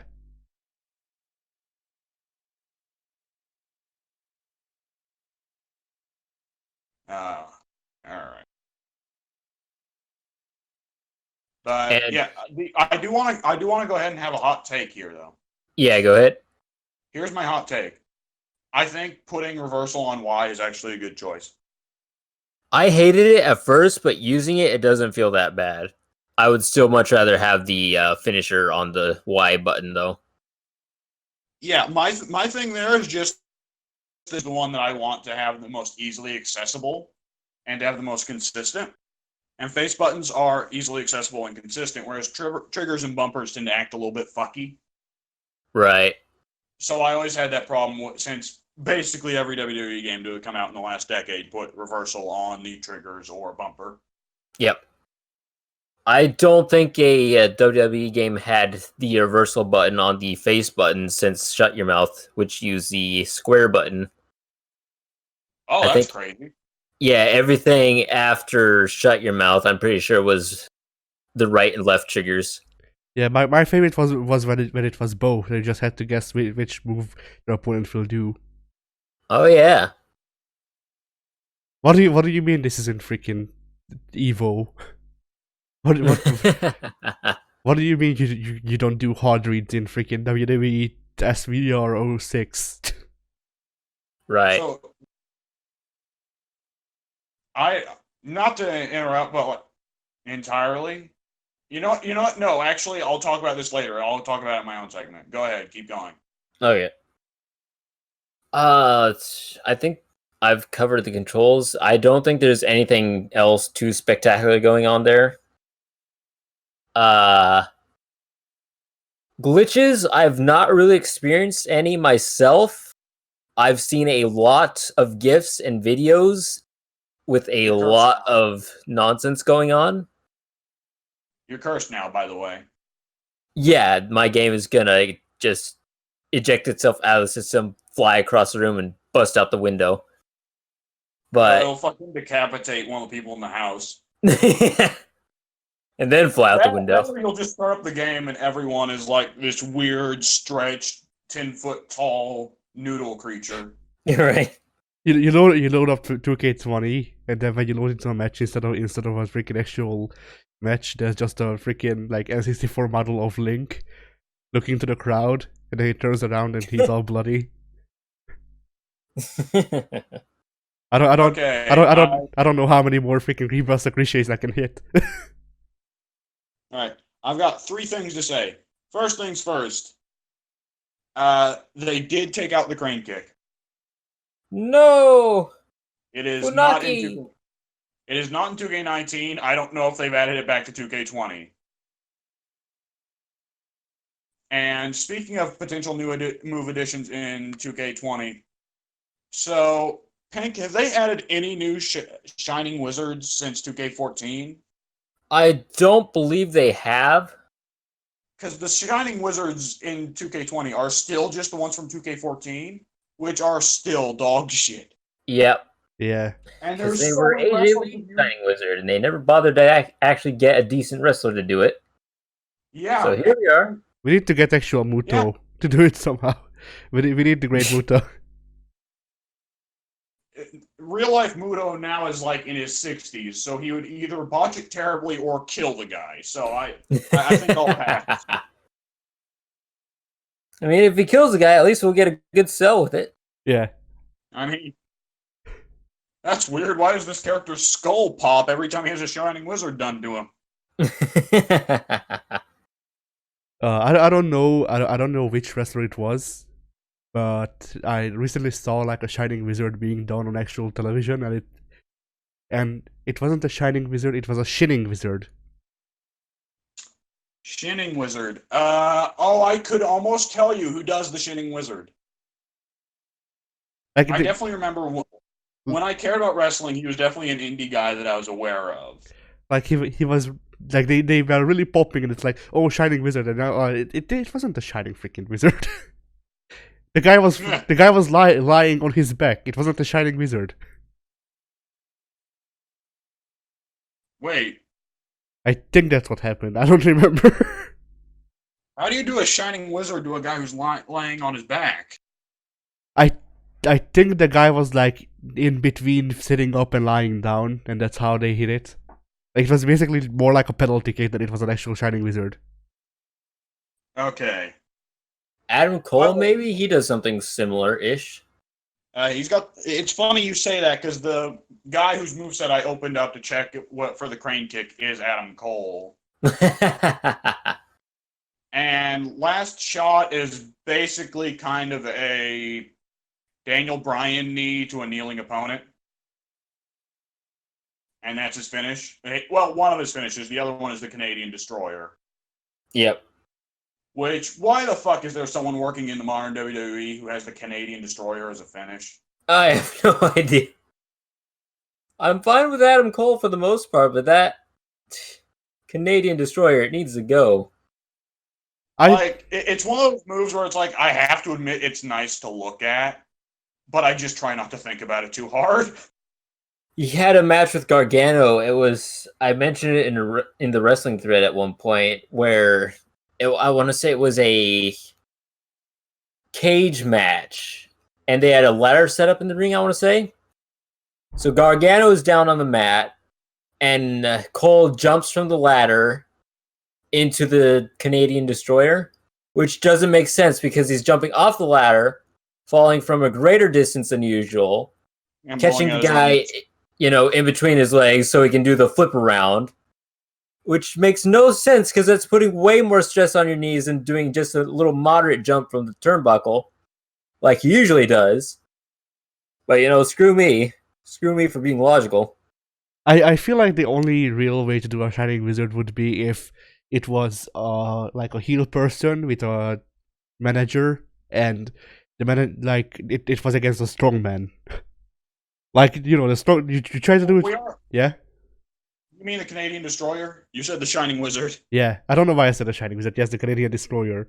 I was going to say, the Shining Wizard isn't an offensively dumb move. Just smashing somebody in the face with your knees is pretty realistic. Yeah. So the Canadian Destroyer, you try to set up the normal Canadian Destroyer. It fails. The strongman just lifts the guy in that position. He starts showboating or whatever. The manager distracts them or pulls on their leg or something, and then that's how they do the freaking Canadian Destroyer. I feel like that could be an actual good setup to the move that wouldn't be too far-fetched, because the usual move is shit. When you think about it. Right. I mean, part of the problem is that in kayfabe, we're supposed to assume that when the guy takes the impact from diving, he is then transferring that momentum to do a boost jump that flips into a pile driver. But every time someone takes it, it's blatant that the guy who's on the receiving end is the one who's actually lifting. Yeah. Yep. It's a move that's pretty much impossible to fake. Yep. But that doesn't stop people from trying. No, it does not. Speaking of similar flipping moves, playing through the AC3 again, Connor has a freaking DDT that looks pretty good, and I don't know why nobody in wrestling has used it yet. Because what he does is that Connor does have an excellent DDT. Yeah. Because I remember that was one of the weird things about AC3 is Connor has a lot of wrestling moves that he just throws out.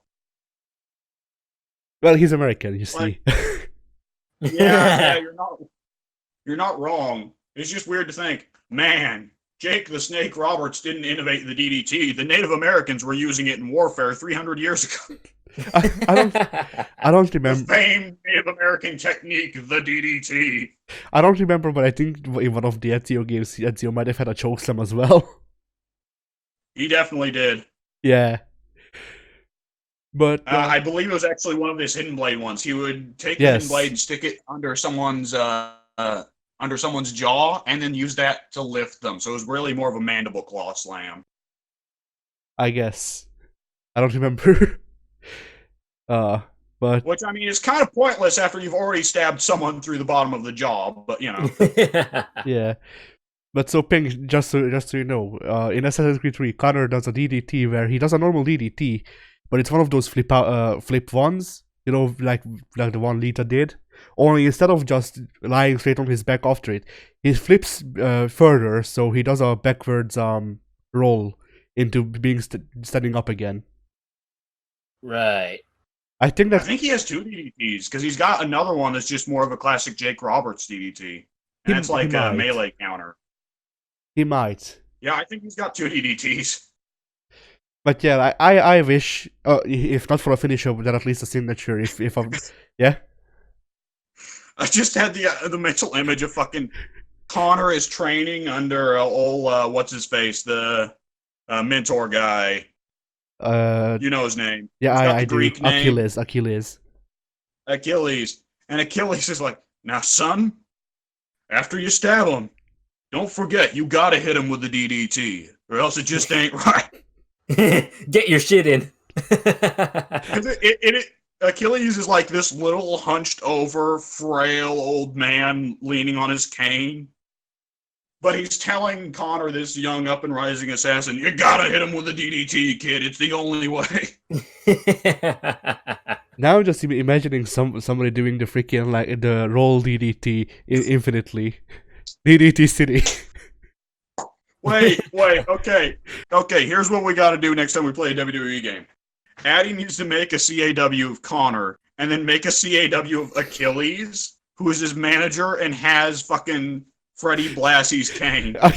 Okay. And he'll smack the I make opponent with it if he Achilles, gets but out of the ring. Achilles is actually a wrestler, and all of his moves are DDTs. That's why Connor knows so many of them. Connor, the legendary innovator. Achilles, the legendary innovator of the DDT, and Connor, his famed Protege. Yeah, until protege. Yes. Yeah. Was young Achilles not in one? Was No, young he was a Achilles rogue. not in Black Flag? Right. No, you Is shoot he his leg. playable in Rogue? Oh, right. You're the one that blew his leg out. Yeah. You ended man. his career. No. It was so promising. You know, You shot his you know, flag you know, out of son. the I, flag. you know, son. I used to be a DDT wrestler like you until I took a bullet to the knee.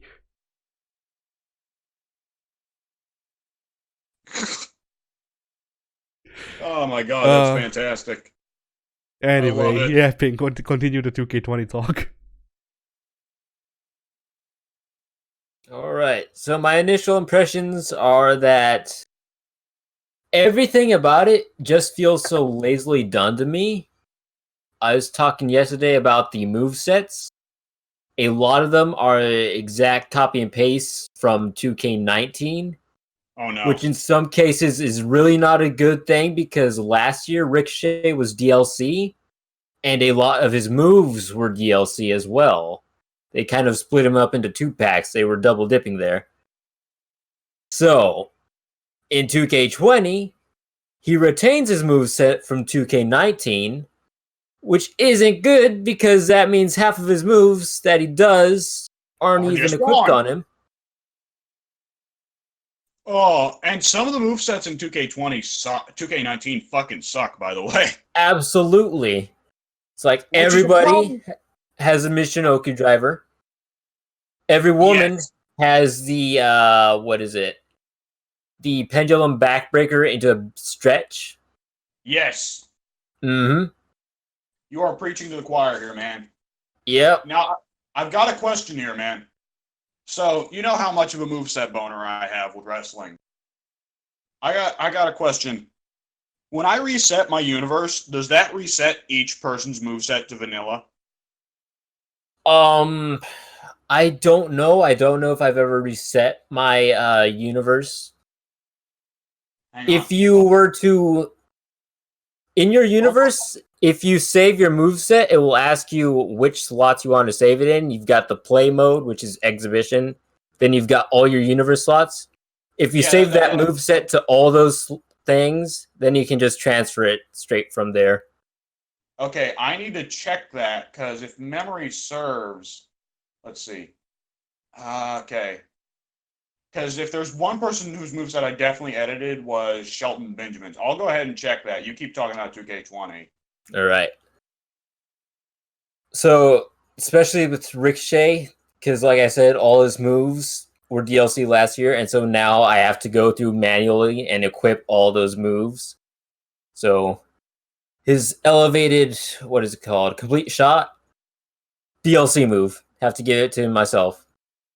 One of his, I want to say it was the double rotation moonsault DLC move. Have to equip it myself. So that's just flat out laziness on their part, and I'm pretty sure the moveset guy, Brian Williams, was with Ukes. Yeah. So, Oh. Well. yeah, that's a big reason why none of these movesets have been updated, and why there is no new moves pack this year, or why there are very few moves in general this year.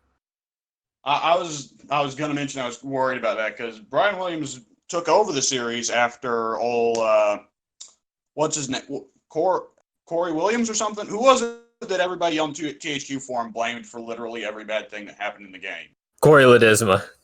Corey Ledesma, yes. When Corey Ledesma, Brian Williams took over. When Corey Ledesma left, Brian Williams took over, right? Right.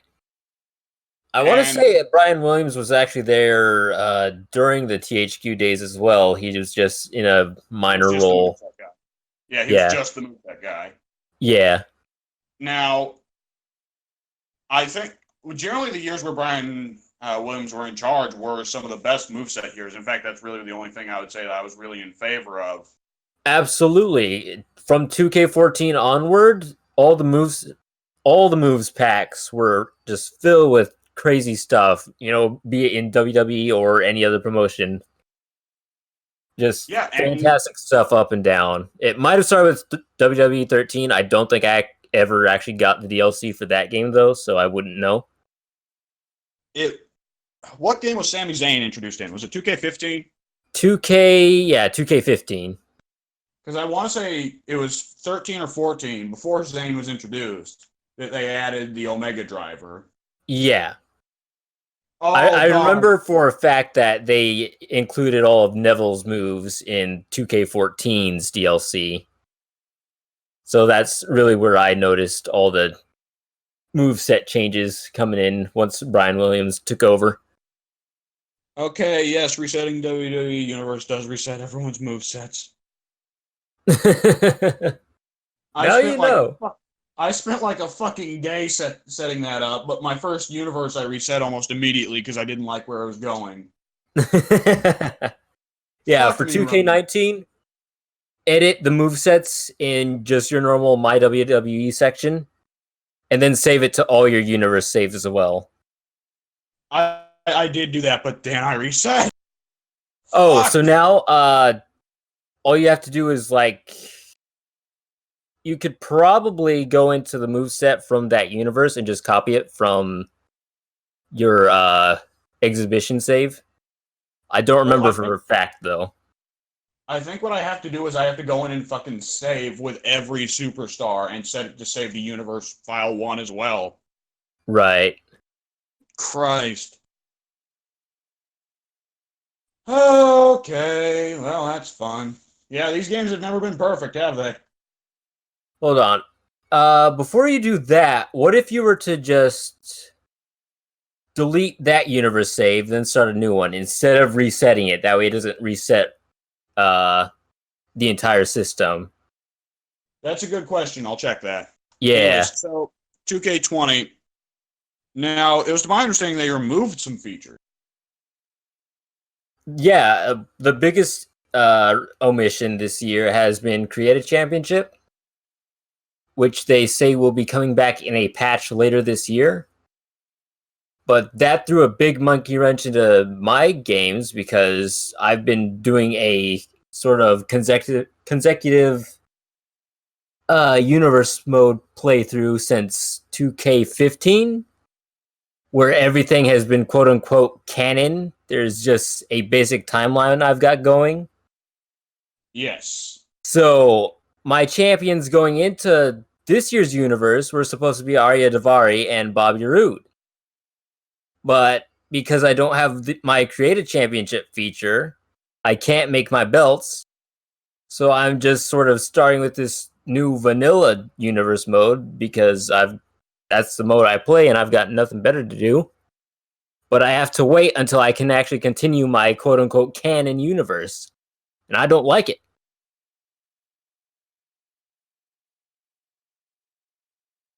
Oh, Christ. And fuck anyone who has a custom character universe, huh? Also was me. You know, I like whenever I run real people, I like to run freaking like 2006 to 2009 era, which means most people are created. Right. So yeah, go me. Well, Hey, Kendrick's in this year.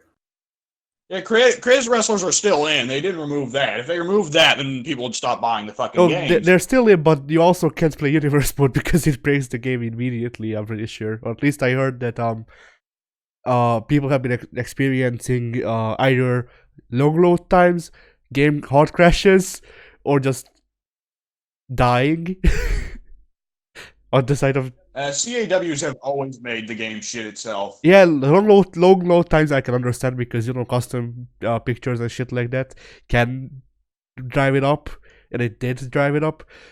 But from what I heard, this game not only does it drive up the load times, it's that won't load.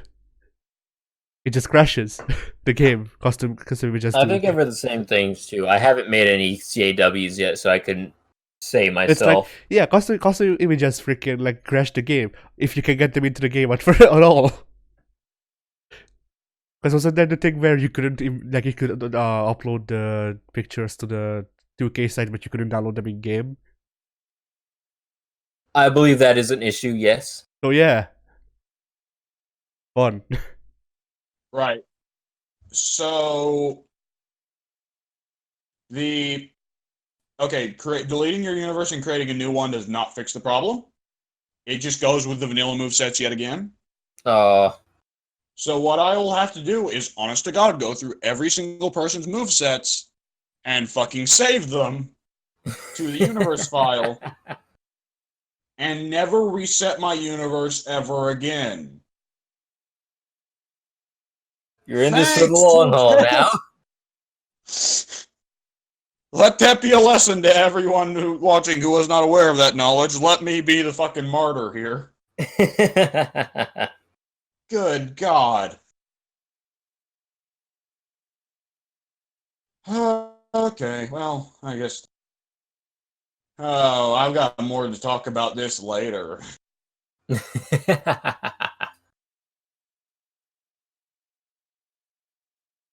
I'll keep the 2K20 stuff short and sweet. I think I've gotten through most of my issues. A lot of weird bugs are found in universe mode. I've had loading screens where it'll, I think we all saw the Brock Lesnar versus John Cena one where John Cena isn't actually in the picture. Yeah, that happens a lot pink. for anyone. Pink. You can't deny that he's there. You just can't see him. I personally did not see him, so I was just assuming there was a bug. No, that's John Cena's superpower. He's literal. That's his equipment. He is Invisible Man in the same way that Eddie Guerrero is now Colossus. Yeah. Who would be Wolverine? Undertaker? Nah. Dude. Well, they haven't applied it with any logic. Like, why the fuck would Eddie Guerrero be Colossus? Wolverine, Charlotte Flair. Why not? Oh, Christ. All right. You doing anything else this past week, Pink? Let's see. I don't think I did anything else. But Saint Ansonia, which is basically New 3 Days Grace, came out with a new album this week. It was actually released yesterday. I dig it. It's very good. You should all go listen to it. Aside from that, I don't think I saw the ending for Toy Story 4. I didn't Only catch the the beginning. ending? I probably caught the middle-ish part closer to the end. Oh. Yeah, keep going, keep going. All right. I was honestly very disappointed with how disappointed I was in it, because to me it felt like it was a lot of cheap pops, a lot of cheap payoffs that didn't feel earned. Well, that's what the modern audience wants. So Yeah, I just left with a very sour taste in my mouth because I thought it ended fine with Toy Story 3. Watching the end to Toy Story 4 just kind of made me roll out my eyes and go, okay, they clearly just wanted to cash in here. Maybe it was just 90 minutes of apologizing to the audience for completely forgetting about Bo Peep in the third one. I think that's what it sounded like to me. I wasn't terribly interested.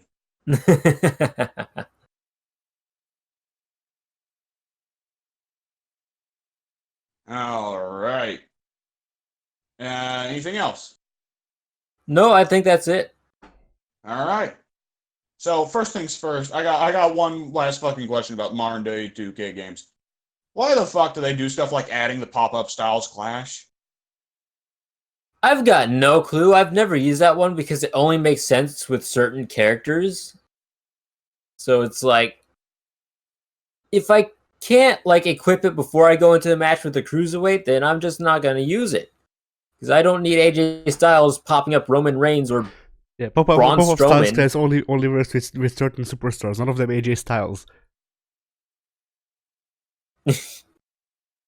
Like if they implemented some kind of like adaptive finisher system that makes it where like, oh, if this opponent is of a equal or lighter weight class to AJ Styles and he's rope rebound, then he can do a pop-up Styles clash. Like Right. that'd be fantastic. Apparently that would be so fantastic that something exploded No, in Pink's house. Was no, that, that was me? me. I thought That was my you. armchair breaking. No. Oh. Oh. Okay. Wow. It's like nothing happened over here. Nobody's home. I'm in a comfy chair with no noises. What's I going guess on I over have there? more space now. That the arm part of the armchair no longer freaking disturbs me.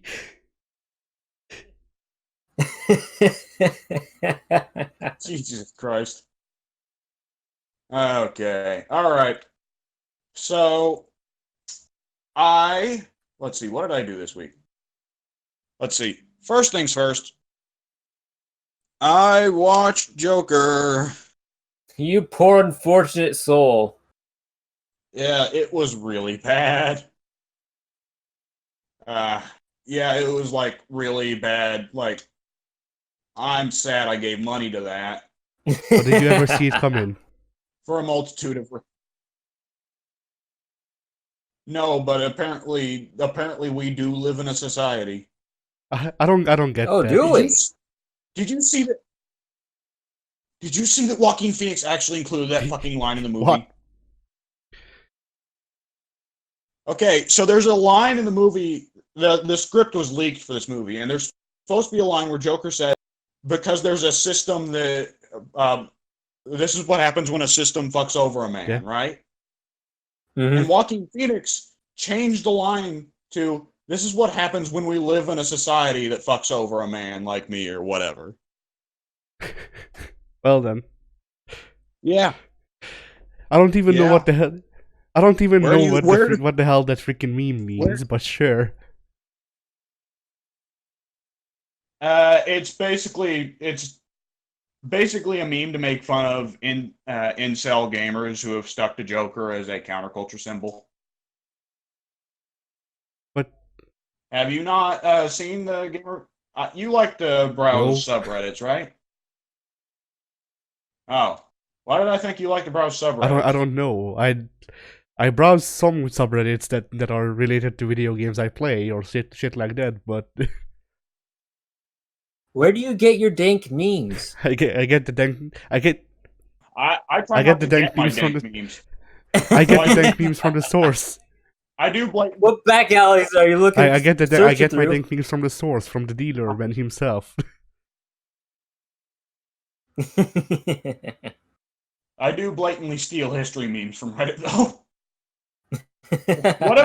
Whatever keeps the thread going, I say. For the greater good. One subreddit that I have found that I don't understand much and I still don't is history any memes. You heard that right? That doesn't even remotely surprise me. There's probably a lot of overlap there between history nerds Probably. and I know that memes. they had a mock war between the subreddits of any memes and history memes, and then I think that's what spawned history any memes.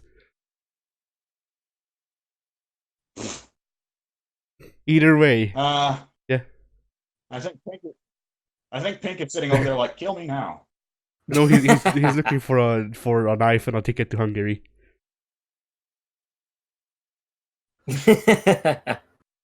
I've got a job to I have a do. particular set of skills.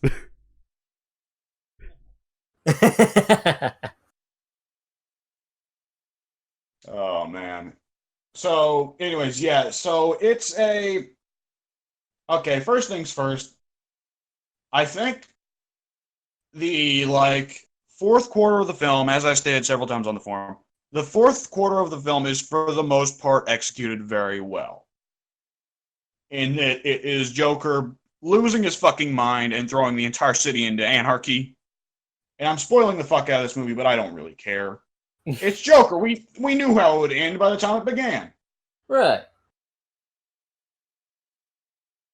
And basically, the first 3/4 of the movie are all Joker sitting around being depressed, and that's pretty much it. And then the final fourth of the movie, he's like, "Oh, I'm Joker. I'm gonna go kill people." At which part? At which part So does he? that's you At guys were which part expecting does that he movie. start stealing cards with Japanese school kids? Is that in the fifth quarter? It's in the This is director's that cut. thing Addy does where Addy references the one point of reference he has with a character, and it's entirely different from what my understanding is. So I'm just left befuddled. Like, what are you? Hang on. Hold on. Where did this come from? I Where did don't this originate? understand.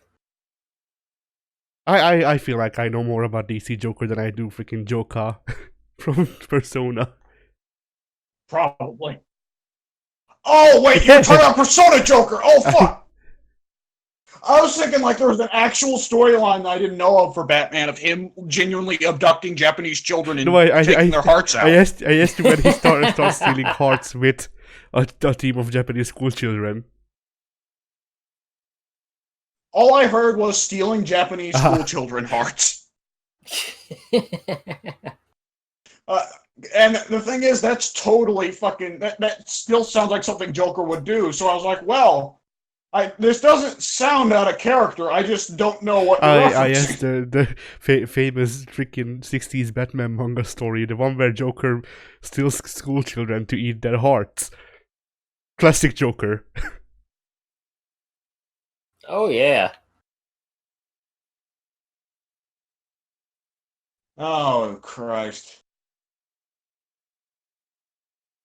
Anyway, yeah, Joker, the movie. Right. So the first 3 minutes of the movie, I will admit there is a neat thing they do, and that the lighting is very muted, and the whole atmosphere is very depressed. And then once he becomes Joker, the color literally enters the film. Like up until then, it is grays and browns and blues, and then all of a sudden it is extremely colorful. And that's a They got very nice Wizard touch. of Oz. Yes, it's a very nice touch that I quite liked. And there is a sheer brutality and starkness to the violence. It is not glorified in any way. It is just Joker brutally fucking murdering people. And that's a nice touch too, because with Joker, you have to be careful not to make him look cool when he's brutally murdering innocents. Right. But then how will I get murder boners? However, by watching I Spit on Your Grave. You and Rob Zombie can watch it together. Is that a Rob Zombie movie? No, but Rob Zombie, when he started directing movies, said he wanted to direct movies Oh, like I okay, Spit so on it's Your garbage. Grave. I get ya. I want like just for reference. The only Rob Zombie movie I've seen is Halloween, and it's also the only version of Halloween I've seen. So yeah, that series is ruined for me. Yeah. You poor sod.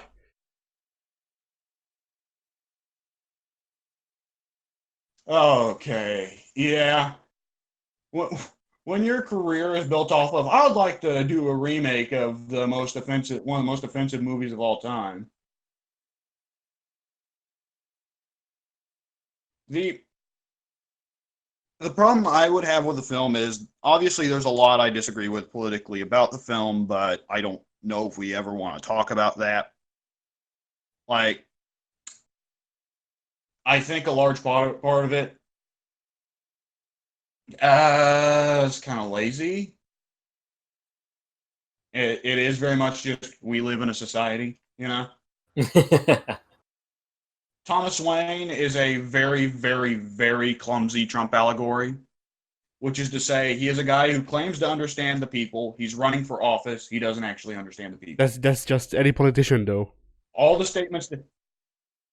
Yes, that's why it's a clumsy Trump allegory. It's not apt at all. It's just saying, here's a shitty politician character, and during the build-up in the ad campaign, they said he's a Trump Well, that's allegory. lazy. At least they could have Yes, quoted the actor in freaking Fake 10 or something to make them into an orange. Dip him into the orange vat. Joker falls into the Ace Chemicals vat, fighting Thomas Wayne, who falls into the orange vat. No, Thomas Wayne willingly dives in with it. Joker throws in a 1 penny into the orange vat. Thomas Wayne dives in. There you go. There you have a good Trump allegory. It's not good, but at least it's better than yours.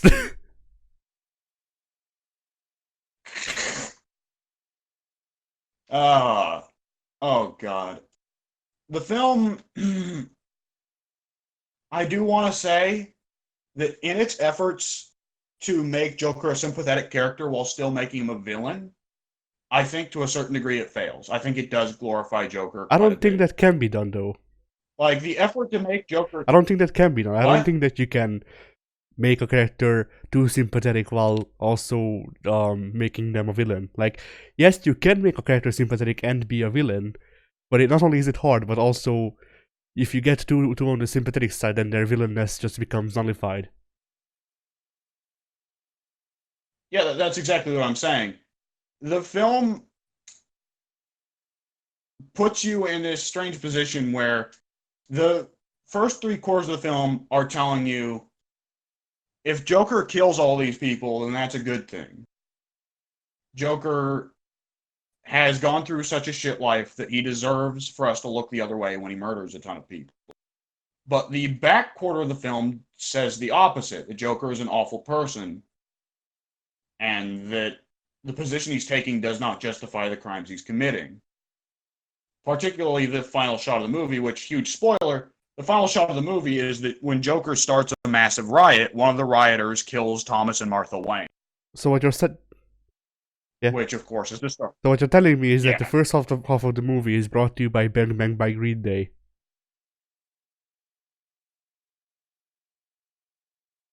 Kind of. Well, Bang hang Bang. on, which song did you say? Bang Bang Okay, is I a don't know basketball that shooting. it Oh, yes. This is definitely a movie that talks about gun violence in a very strange sense. yeah. it's it's yet another case of the movie fumbling its own message. And the first 3/4 of the film are very much in favor of guns. Like, it seems almost clear that Joker should carry a gun for the sake of his own safety. Like, it pretty much says, like, Joker should carry a gun because it's not safe to be a mentally ill person on the streets of Gotham. The people of Gotham will bully you if you are mentally ill. And thus, Joker should carry a gun for the sake of his own safety. But then the fourth quarter of the film goes in the opposite direction and says that guns are horrible things which kill. So again, the film back-asses its own message. Like, this is part of it. The fact that it's 3/4 of one movie and then a quarter of another movie put together, like a turducken of a movie, is simultaneously its greatest strength and its greatest flaw. Well, I will go ahead and say, here's what I came out of the theater thinking. If you had cut out the first 3/4 of that movie and just left in the last quarter and filled the rest of the movie as a Batman movie, it'd have been fantastic. That last quarter is executed beautifully. It makes Joker a terrifying social presence, perhaps even more than Heath Ledger. Because Ledger's Joker was intimidating because of how intelligent he was and how capable he was of outwitting everyone else who was playing at the chessboard, right? Right. Joaquin Phoenix's Joker is intimidating because he is such an inspiring presence to people who are sick of the way things are run. Because people want to follow him. Because he has successfully been able to bring the city of Gotham into complete anarchy with only one or two actions. Right. He's a cult leader. Yes. I'm just go ahead, sorry. And the fact that we don't see him get beat by Batman, the film very clearly ends on the implication Bruce Wayne will become Batman and Joaquin Joker's time on top of Gotham is limited. That when Bruce Wayne comes about as Batman, Joaquin Joker will get his penance. He will lose. He will get his ass kicked. But we never see it. We never get to see it. So, in terms of like storytelling, it feels like we're cut off from the payoff of the story. The story is set up without payoff. Right. It's all set up to get to the setup to get to no payoff. There will be no payoff because Joaquin Phoenix deliberately signed up for the movie wanting to do a superhero movie with no sequels. Right. That was his public thing going into the film, is he didn't want to do any sequels. He was interested in playing Doctor Strange, which would have sucked. He was interested in playing Doctor Strange for the MCU, but he turned that role down because of the existence of sequels. Whereas he took this one because he said they wouldn't do any sequels. So there will not be any payoff to this story. Now, to go back to the point of Joaquin himself,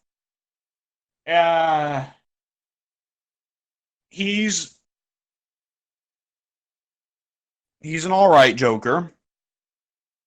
It's not an impressive performance at all. It's okay. He has the Joker laugh down very, very well. He's got a unique one that's simultaneously very intimidating and very creepy and sounds very natural. However, his facial expressions, the multiple scenes where he's expected to engage in rather weird behavior, he comes across very cringy. With how you're describing Definitely. this movie, I'm just imagining freaking like the fourth quarter is an actual Batman movie, and the first three fourths is Joaquin Phoenix and Joker makeup doing the Cyrex dance from Ultimate Mortal Kombat 3. Okay, take that, but from the Batman segment, remove Batman, and from the other segment, remove the Joker makeup, and you have summarized this movie. It is 3/4 of a depressive art house film and 1/4 of a Batman film without Batman.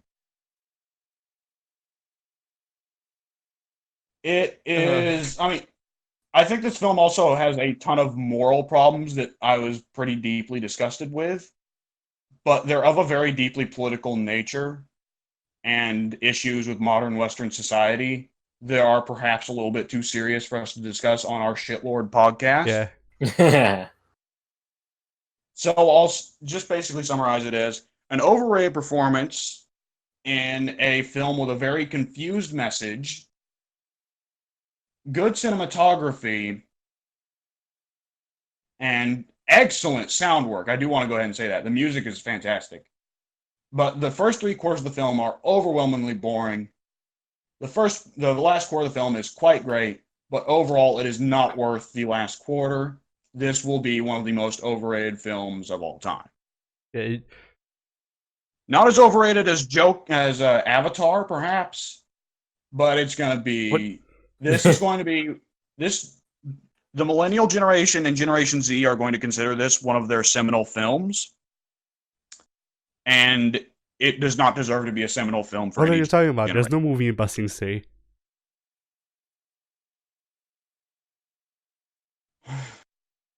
Eddie, shut up.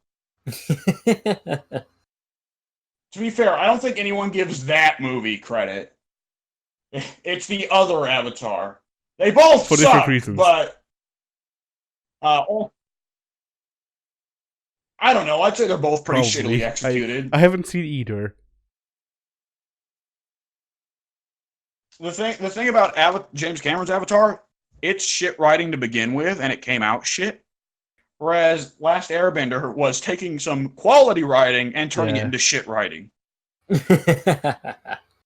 Like, it's easy to bash on that movie because of Shyamalan's bizarre directing techniques, or because of, the Wasn't he freaking actors Zuko in being that? not great. Yes. Okay, because No, he was not. I remember Shyamalan hearing was not Zuko. Shyamalan stars in his movies, but I don't remember. Shyamalan does not star in his movies; he cameos in them. And I think he just played a Fire Nation goon at some point. Yeah. Usually, if Shyamalan's in his own movies, he plays a loser. Like, I think his character in Split is just a guy that eats fried chicken every day, and So he portrays himself. Porn. So yeah, sure. Oh man. So yeah, Joker overall, it's one of those weird cases where it sounds like I'm praising it when I say, yeah, that fourth quarter was fantastic. You gotta understand, the first 3 quarters of the movie were too boring to put into words. There's no interesting way for me to. Yeah, it felt like it. It fucking felt like it. I'll tell you that. Once I got to that fourth quarter, like, throughout the entirety of the first 3 quarters of the film, I was like, fucking hell, how long have I been sitting here? Shitty ass, like, artsy for artsy's sake, like, short movie collection we had to watch in media class. That, like, had no real message. It was just, look at this. They have cameras.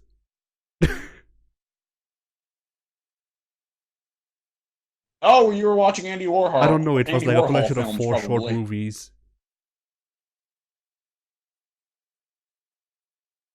Oh, well, yeah, sorry, Andy Warhol films are not short movies. Andy Warhol is rather famous for having made a film that is just a camera pointing up and filming the Empire State Building for 6 straight hours. Oh, dear Lord. I love Andy Warhol. He's a little eclectic. I don't love his films. I wouldn't watch that shit. Fuck that shit. I just like Andy Warhol as an individual. Oh, man. So the other thing I did this week, so everybody was talking about Day 2K20 and how much it fucking sucks, right? Right. Well, I decided it's time to play.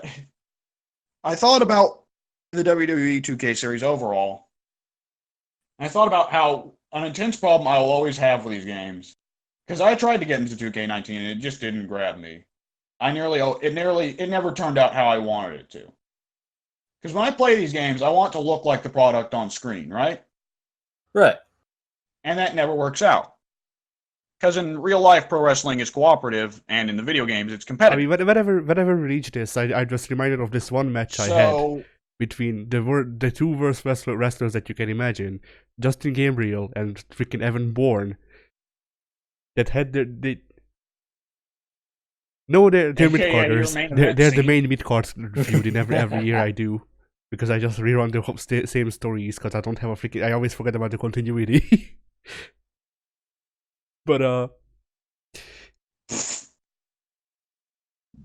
it's always the same 3 fucking wrestlers with you. 4, Justin Gabriel, Evan Bourne, RVD, Goldberg. I mean, there's also the mid card and tag team division, yes. And then for jobbers, I have Zack Ryder. But those are the ones that I know I have in freaking stories. Everybody else I always forget about. Anyway, I remember I had this freaking match between the two that was a TLC match. It actually somehow turned out like the TV stuff. Like maybe not modern TV stuff, but it had back and forth. Both of them were busted open after a while. It was just a thing of, why won't you die? Why do you keep getting back up? Why can I not climb this ladder and take the mid-card championship? And that was pretty good. I mean, true, but it wasn't, somebody goes down and then they just pop back up. It was at first, but after a while, after about 15 chairs have been used up, after that point, it actually became like a big thing. I also think I set it to the longest freaking thing, so it can actually be a big battle, along the longest match setting. That match was nice. It was 1 in like 1,000 when it actually turned out good, and everything actually looked good, and it told a story. But at least that one time. Yeah, every now and then you do get a good match. I just have so many matches where either something that was intended to be a squash goes on for 10 hours, or something that was intended to go for 10 hours becomes a squash. Match timing things? That's interesting, because usually those worked for me in 2K16. The thing is, I can decide the timing. I can't decide whether the AI feels like playing competently today. Because, I mean, reversals are entirely random, of course. It's just up to the AI whether or not it will let you win today. So there are some times where I'm like, all right, set it to quick match. And I'm going up, I'm Big Show versus fucking, I don't know, who's some loser, Akira Tozawa. And Akira Tozawa has decided he will reverse everything today. And I will not get in any of At that point, you give that man a title shot. He earned it.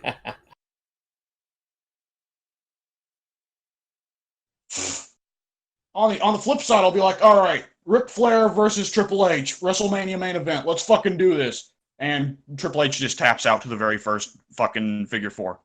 Like, well, okay. Triple H taps out during the collar and elbow tie-up. Rick. Dude, I have had shit like that. I've had several times also where the AI, because sometimes the submission minigame just decides it's not going to play fair today. And Triple H will be like, all right, time for the Indian Deathlock, into the match. Ric Flair does Yeah, that finish that Triple H hasn't used for 20 fucking years, he'll use to tap out Ric Flair. Rick does the finger poke of doom. No, Trips does the finger poke of doom. Flair turns into dust in the ring.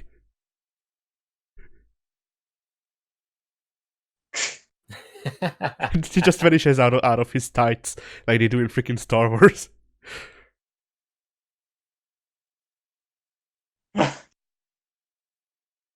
I'll become stronger than you could ever imagine. I have the high ground, Flair. You were my brother. Evolution was a mystery. Okay. Right, so I've repeatedly tried to make 2K19 work, and I've always had trouble with it. So I decided, you know what, this week I'm going to pop in the best wrestling game of all time. I'm going to put in some time with it. The one wrestling game that's decided, you know what, let's make this a real fucking game. WWE All-Stars. Yeah! Yeah! I'm going to wager I'm the only one here who unironically I've likes only played the WWE demo. All-Stars. You know what? I really didn't like it when I first played it, but around 2015, I want to say, I think that was when I was moving. I had a Wii set up for no reason. I had All Stars not Oh, packed on the for Wii? whatever reason. I On the played it Wii? and I was like, it's not great, but it's kind of fun. Okay, I'll give it that. Well, see, you're already hobbling yourself by playing it on Wii. Oh yeah. Yeah. Because, like, I've got an Xbox 360, and that's probably the way to play it. I've only played the demo, but I like the juggle system. Absolutely. Yes. See, the thing is about WWE All-Stars, it doesn't even pretend to be like, all right, let's have a wrestling match. No, this is a fucking fighting game, and the roster is made up of real-life wrestlers. How it always should be. Which is Okay, W. Yes. W, I had an idea just now, and I'm not sure if it would work, but hear this out. So what? 2K drops the license because they did shit or whatever. Bandai Namco picks it up. They give the freaking license to Harada's team. We get a WWE game that plays like Tekken, but you can get out of the ring. Okay, that's a great idea, but when you say give it to Bamco, what I thought you were about to go for was, and they add John Cena to Smash. They acquired WWE and put Goku into Smash. The best wrestler. They put WWE, they put Goku into WWE 2K21. I would actually really be, yeah. I mean, you can already do Hadouken. I actually so would why be not? really interested in how freaking something like Harada's team would tackle a wrestling game. I feel like it would probably be somewhere between Tekken and freaking what was it called? Fire Pro, I guess. That's not what I was thinking of, but I guess Fire Pro would be close, yeah. Yeah, Fire Pro is. Are you trying to think of the Capcom wrestling fighting game? Yeah, I know. I wasn't thinking of that one, but that one could actually that one could work as well. I was thinking of like the really old NES ones.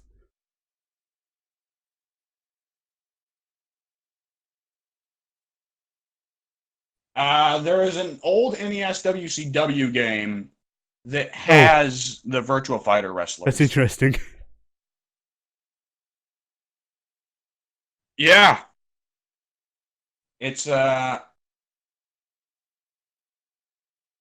whatever. You know what? I forget what it is. But yeah, it has Wolf Hawkfield as one of the wrestlers, and you can have him versus like Ric Flair or something. Nice. Because it was made by Sega. Or you know what? It may have been an NJPW game or something like that. It was definitely a real life wrestling federation game that featured. Yeah, I feel like it would be characters. Japanese because the Japanese are more recipient to this that sort of shit. I mean, Akimen exists.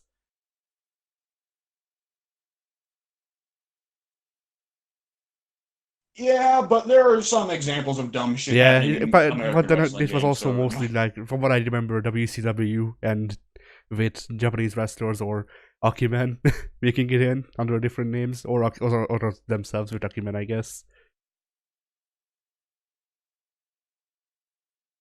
Do you remember the Yeah. Oh, good old red and green? No. Zombie Finley? I remember Zombie Santino. I always Zombie remember Finley. them. It was a choice in the Road to WrestleMania.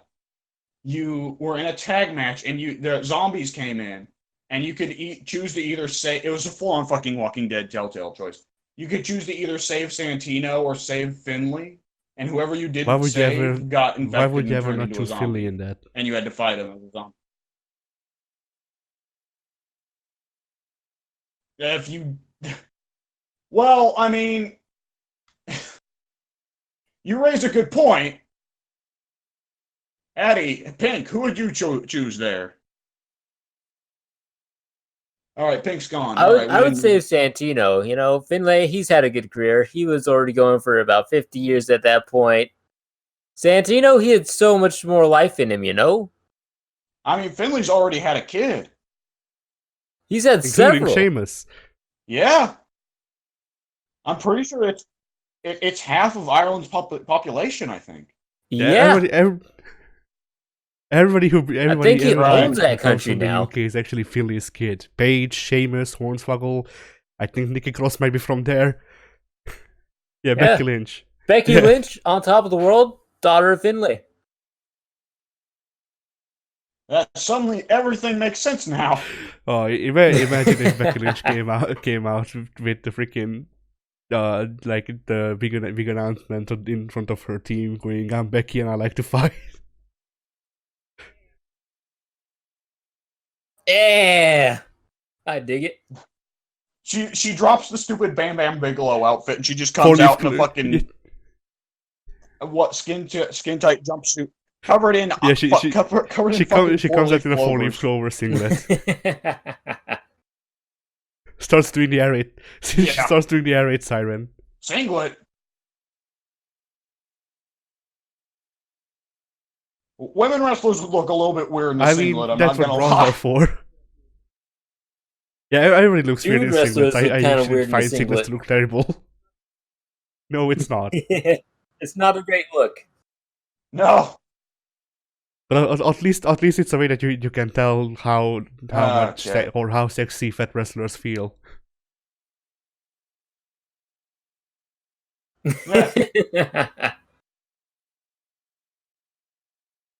Oh man. Anyways, to get back to WWE All Stars, yeah, WWE All Stars.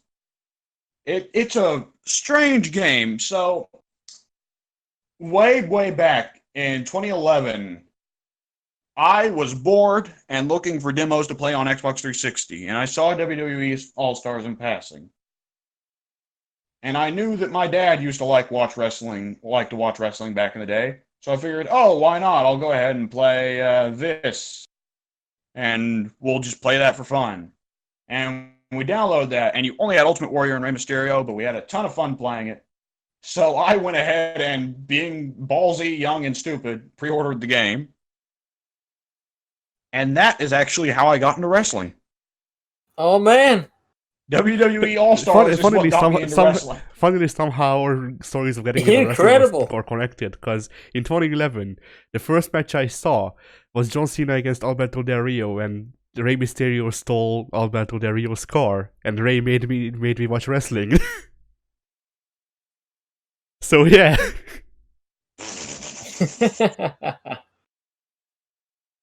I watch wrestling for cartoon giant men uppercutting each other into the sky. Yeah. You watch wrestling for luchadors stealing cars. That's pretty descriptive when you look at the people I like.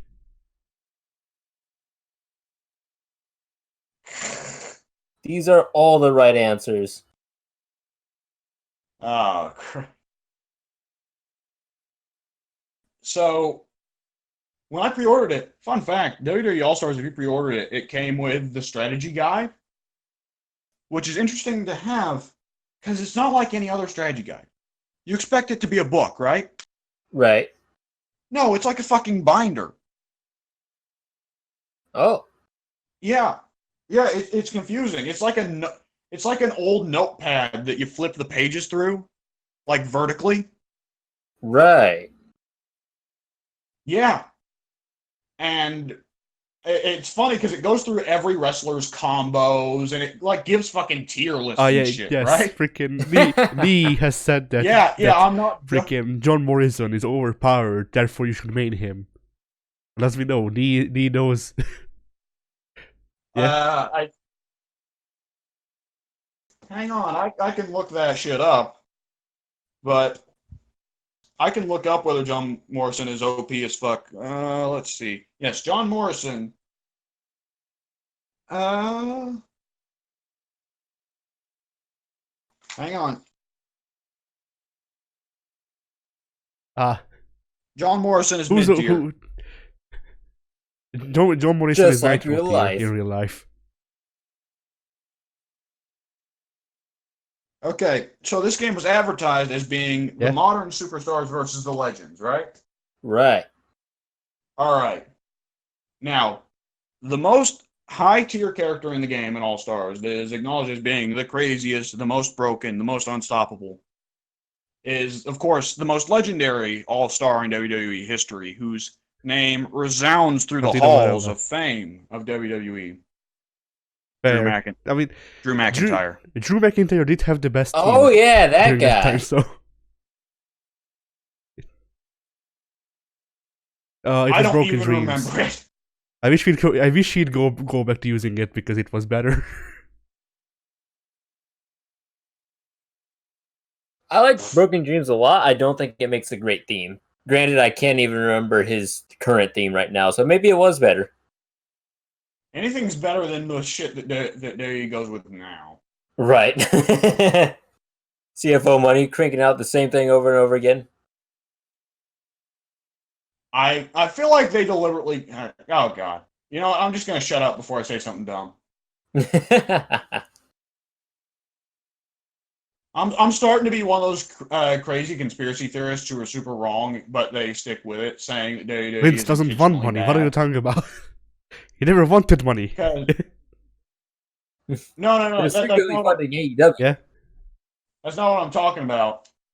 I forget who on the forum it was that initially said it, but someone, either Muda or Steve Vicious, which I know both of them are prone to all kinds of bad hot takes, but just stick with me here. One of them at some point said that WWE intentionally not only goes with the 50-50 booking, but also doesn't allow anyone to take up gimmicks and doesn't stick anyone with really good gimmicks or theme songs because they don't want any of them to become a big star and leave like Rock.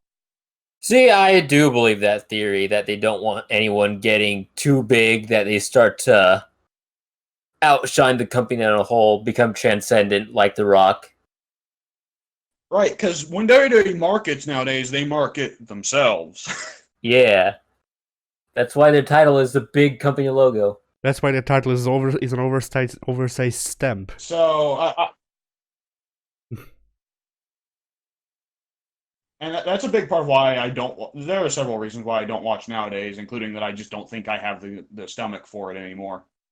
But I do think that's a big reason, like why modern wrestling Yeah. isn't good, and just Yeah, aren't I stars. went back and started watching freaking 97 Raws because I dissed them because I wasn't born. So might as well. And yeah, like everybody had not everybody had well-defined gimmicks, but everybody, like, just from playing through the games and watching little tidbits throughout the years, I can just piece together where everybody is at any given time. Like, and even those who I haven't heard about that much, character-wise, I can figure out where they are. Like, DX is nearly formed, but still not there yet. They don't have the name. Brett hasn't come out and called them degenerates yet and shit like that. But they are doing the gimmick already. Freaking Undertaker just started doing dives, I think. Kane literally debuted next week from when I am, or last week. Owen Hart, despite not having heard a lot about his character other than he's Owen Hart, he wrestles good, I guess. So, but That's yeah, really all you need to know. Mm. But despite that, despite not hearing shit about characters. his character, he has sold me very well on being a shit heel. I hate him already. Oh yeah. Owen had just about everything, I think, so far as I'm aware. Which, Yeah. as if there needed to be more tragedy to him. Right. It's like, I still find it unbelievable that he didn't hold the title at least once in his feud with Brett. I'm surprised that feud with Brett didn't carry the company into the next millennium. But Like it's a feud that's all automatically so good it writes itself. right. Like it's brother versus brother, and they're both pretty much the best in class. Right. Though, of course, Owen's a lot better at promos than Brett. Though Brett was always one of those guys who was accused of being boring, but I never found boring. Right. I don't know, I was always because personally on one entertained. hand, like, I get what Brett's playing at, you know, the whole aggressively foreign person gimmick. On the other hand, I'm also foreign, so I freaking I don't emphasize as much or whatever with the American people, because yes, it's a Right. yeah, and it's You're like not Brett American or and Canadian. during a promo, Brett Nothing was for like, you. "Oh, I appreciate Literally. all of my fans who helped me throughout the world, like freaking India and Morocco." I didn't think he even said Morocco, but like, you know, I get it. You're trying to play for everybody that's not American, like that's your gimmick, but doesn't really seem like that considering you're not carrying around 15 flags on your back at all times.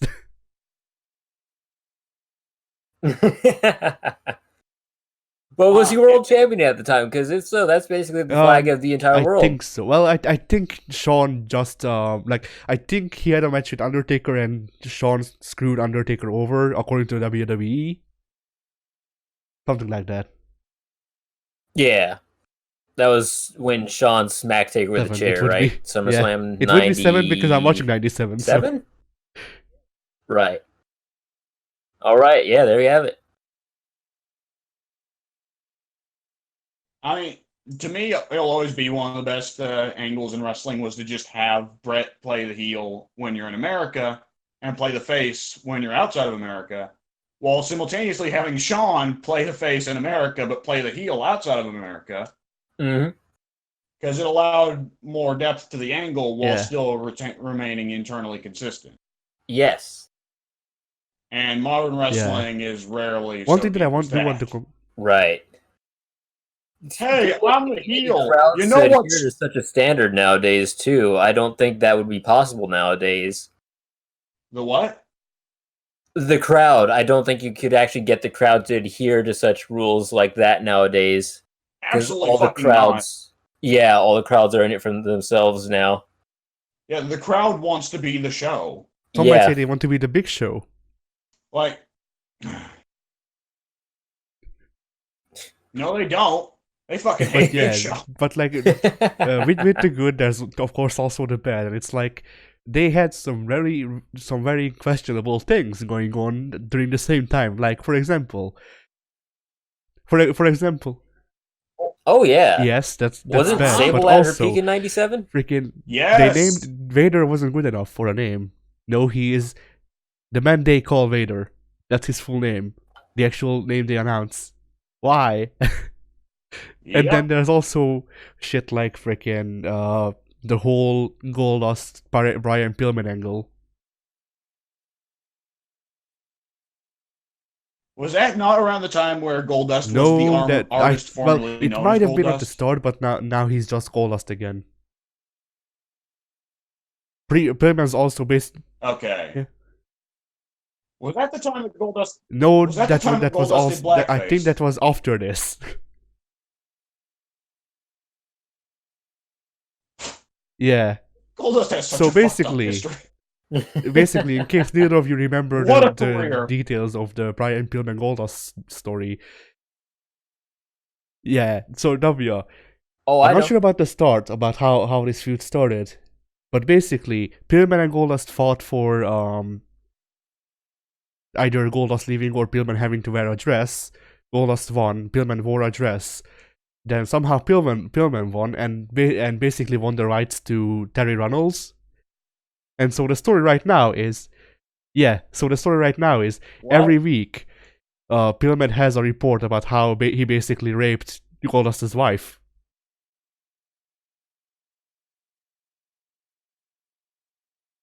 Why is it every time I hear about Brian Pillman, it's something fucking terrible storyline wise? He's fucking. He's a rapist who's raping Goldust's wife, and he's taking a gun and I going to don't know. Stone Cold's house to I shoot found him. that one funny. I, Was the entire- I Go to found Stone that one Cold's house. funny. Then That again, was I don't kinda know the reverse, context though. for it, but I found that one funny. The rape thing a lot less. In fact, not at all. Yeah. Oh man. You know what's my Yeah. favorite part of setting up these damn movesets? Setting up out of the ring signatures and finishers for DDT 6. wrestlers who don't have them. Like, what the fuck am I supposed to DDT give Bret 6. Hart for outside the ring signatures? Yeah, DDT 6. There we go. Yeah. All right. So yeah, WWE All Stars. It's a pretty fun game. I still think so. It's definitely more fighting game than it is wrestling sim. I I wish can we tell could you play it that. online. Absolutely. The roster. Yeah, I wish so too. Yeah. The roster choices are definitely quite questionable. Like a lot of the modern guys, like I'm surprised by how many of them actually did stay somewhat evergreen. Like, I mean, Kofi's there, and it's a little dumb because it's Jamaican Kofi, but Kofi's there, and that one actually aged quite well. Though I don't think at that time anyone was expecting him to be a world champion. Like, that was even before the Orton feud, wasn't it? No, it wasn't. That It would was have been a couple years after. I want to say the Orton thing went down in 2010. It will have only been a year after then, because I think All Stars was like May 2011. Right.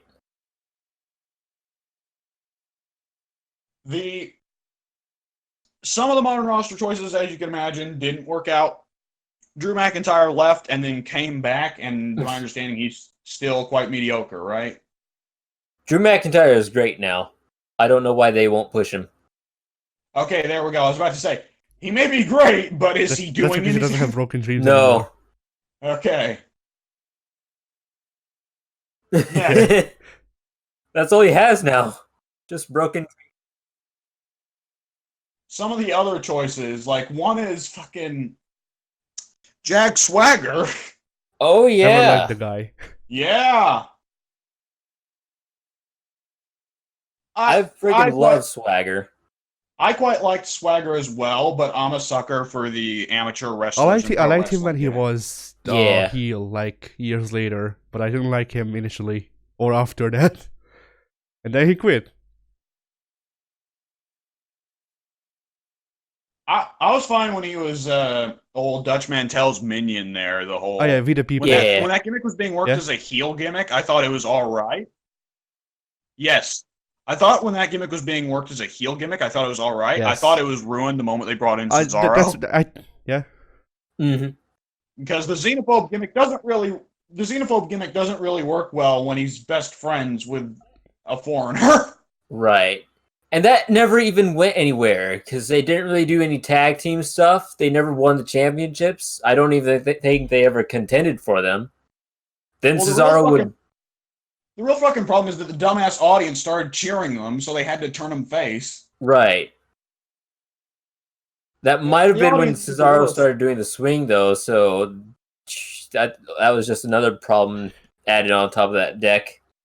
Right, when Cesaro But decided he yeah, was going to stop I trying. like We the People. Mhm. Jack Swagger. Read the people. Yeah. I mean, that was one gimmick that I was like, when I first started getting into wrestling, that's what I actually thought Jack Swagger's gimmick was when he was All-American American. And I remember when I got SmackDown vs. Raw 2011, that's what I pushed him as, was xenophobic heel. Right. So I was stupid happy when that gimmick actually came out, but at the same time I was like, there's no way this is going to stick. I thought there was a chance they would have given him the strap at WrestleMania that year against Del Rio, but no. It was not to be. He was lucky to get the strap once. He was crazy lucky to get that first strap. I don't know. I'm still not sure what their thought process was there. I mean, it was something that was actually unexpected, which is rare with WWE. Yeah, but then they took his character that he was working at the time, and then they just scrapped it entirely for his reign. Well, did he get caught with weed or did he get injured? No, nothing happened during that reign. There were no backstage problems, I don't think, unless... Well, I thought, didn't he disappear after he dropped the title to Edge, though? No, I want to say contested for it in the pay-per-view a month later. Yeah, and then didn't he just like disappear for like half a year until he He came back might as Zeb Colter's have. minion? Yeah. Yeah, I Hmm. definitely remember like when I started watching wrestling was immediately after Jack Swagger disappeared, which disappointed me at the time because I quite liked him in the games. Right. Now I'm really curious. Maybe there's dirt there that I didn't know about. I'll have to go research that at some point.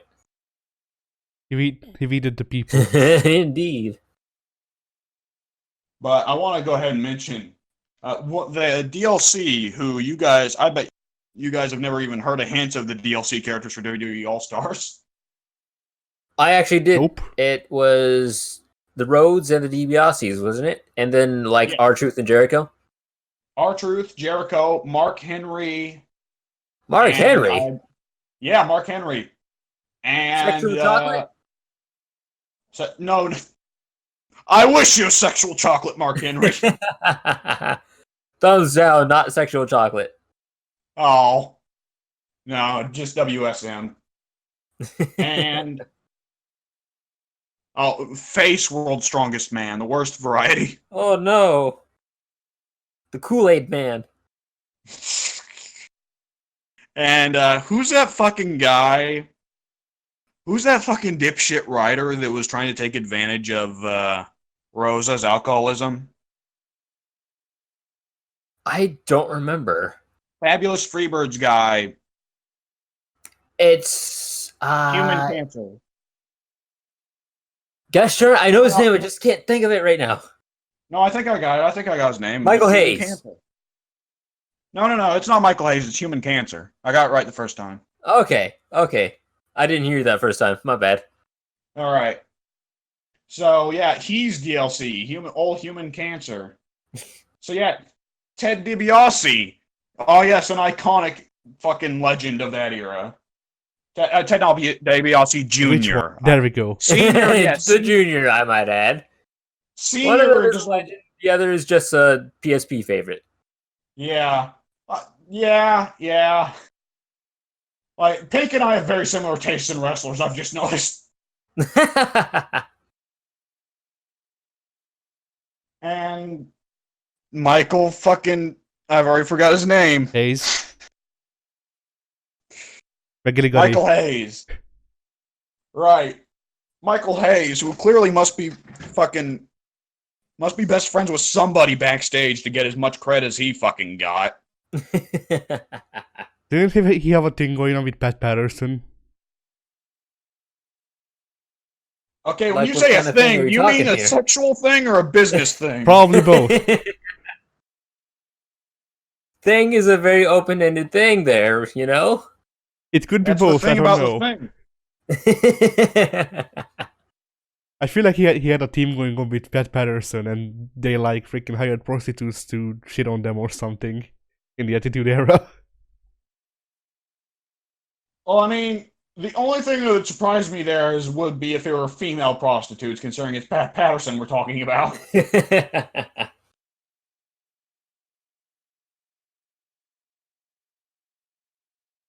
Yeah, so I mean, it's mostly a good roster. Oh, you know what? There's another one that aged terribly. Jimmy Snuka.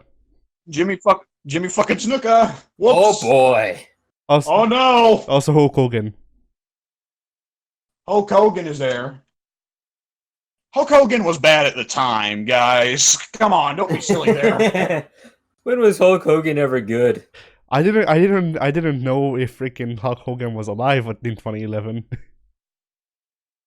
He was in TNA in 2011. I didn't watch remember TNA. His inclusion in this game was big news back then because it was like, oh yeah, Hulk Hogan, TNA superstar, appearing in WWE wrestling game.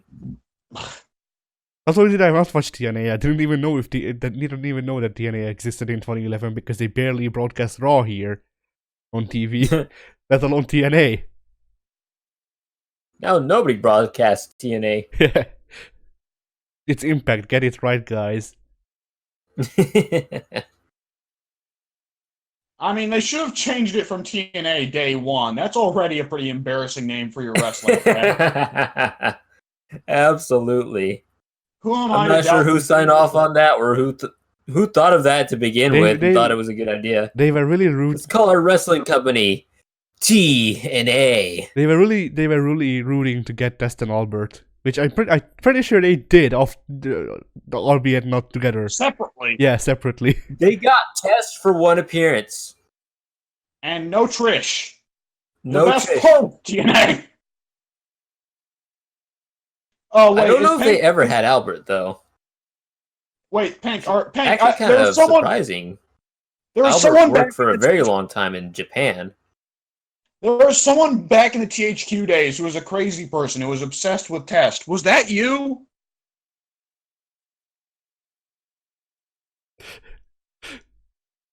Pink? He died. He was. He's in hiding now. He's been had. We figured him out. It's time to go in hiding. Yeah. We've caught him at last. We've got him. He actually, Open up. It's the police. he actually isn't joining the call. Making the call. There he is. All right, Pink. I'm back. What happened? So I mentioned way back in the THQ days. I remember on the forum there was somebody who was obsessed with Test, like weird, obsessed with Test. Was that you? That was absolutely me. Okay, I was like, for a second, I was like, hang on, was that Pink? Yeah, What the fuck was that, man? I thought Test was fantastic. It's like I think I loved everything about him. He was like 7 feet tall, nearly. Great build, great look, great big boot. I love Test. Great big boobs. If Test were to appear on TV nowadays, he would be an instant world champion. Let me check is Test still alive Twitter too. No, Test very famously died like 10 years ago. Yeah, I think the Twitter is actually is Test still dead. Yes, is Test still dead? That's the name of the Twitter. You're right. And it just posted. It's just a bot that's set to post every day. Yes. Imagine if one day it just posted no, and that's it. It did It though. never fucking. It did though. Oh my. On April Alright, Fools. Yeah, on April Fools. That's fantastic. I like Okay. the guy who runs that. So let's see. So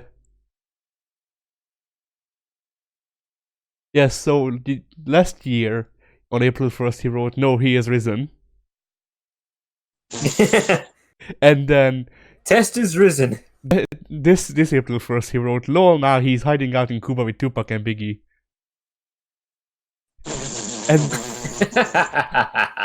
and then the You link. gotta throw in JFK, man. Come on. And Marilyn Monroe. And then the latest update we've had was on August 15. Yes, he is still dead. You think every now and then that guy just remembers that he has that Twitter account? Yes, he used to update it daily. Not anymore though.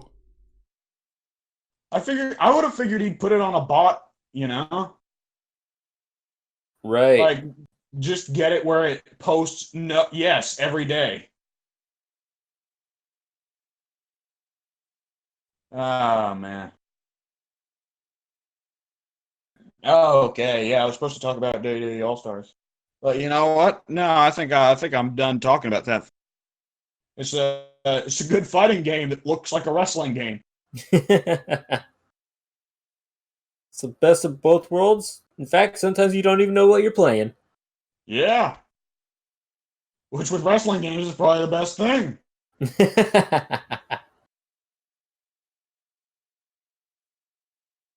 Ah. All right. And other than that, let's see. I believe okay, what were the Yeah. All right. So I watched through the first season of Fargo, the TV series, which is a Coen Brothers television series built as kind of a long-ass sequel to the original Fargo film, which I don't believe any of you have watched. Nope. Am I correct? It sounds mildly familiar. What is it about? Is that the one with the tiger on the boat? No, that's Life of P, I No. think. That's Life Life of of P. And Fargo is the film where Frances McDormand plays a cop in Fargo, Minnesota, who is investigating a scheme where a car dealer's wife is kidnapped by two idiot criminals. Okay, yeah, definitely did not see that. The film is rather famous for basically what happens is everything goes to shit. The whole crime fails. Everybody gets caught. Most of the criminals die. Mostly famous for the fact that Steve Buscemi, playing one of the criminals, gets stuffed into a wood chipper. And that pretty much, if you hear anybody reference Fargo, they're going to refer to it as the Steve Buscemi in a wood chipper film. Mm-hmm. And the overall theme of the entire film was crime is not like criminals in real life are not cool. They're not badass. They're not smart or witty. Generally speaking, crime in real life is just a horrible thing done by stupid, greedy, overly ambitious individuals, ruining the lives of perfectly good people. And at the end of the day, the criminals end up losing anyways, because Frances McDormand's cop character does wind up catching, well, the only criminal who wasn't stuffed into a wood chipper.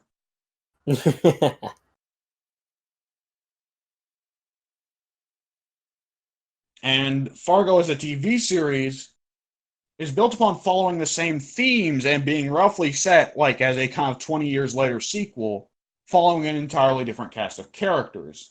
And it's got a pretty nice all-star cast. It features, let me just go ahead and, all right. It features Billy Bob Thornton as Lorne, a crazy-ass assassin who loves to go through life messing up other people's lives. He gets off on it. Martin Freeman as Lester Nygaard, a regular old milquetoast who is a loser and everybody in the town beats the shit out of him and bullies him. And spoilers for Fargo for the rest of the series, by the way. The series begins when Lorne Malvo successfully convinces him to kill his own wife. And the series follows as a result with Lester trying to cover up the murder of his wife while Lorne Malvo continues to try and ruin his and other people's lives.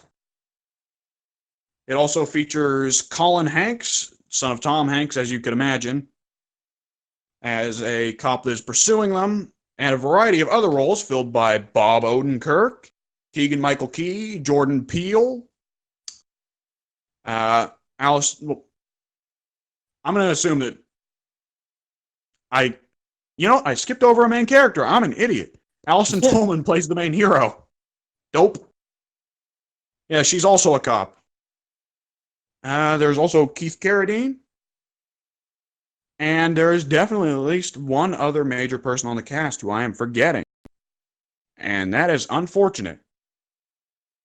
But it's a fantastic cast. And it's a pretty great series, I would say. It's not the best, obviously. But it's a pretty great crime drama series that is basically about, crime ruins lives and isn't really something to be glorified. Which is hilarious, considering after, like, the day after finishing Fargo Season 1, we watched Joker,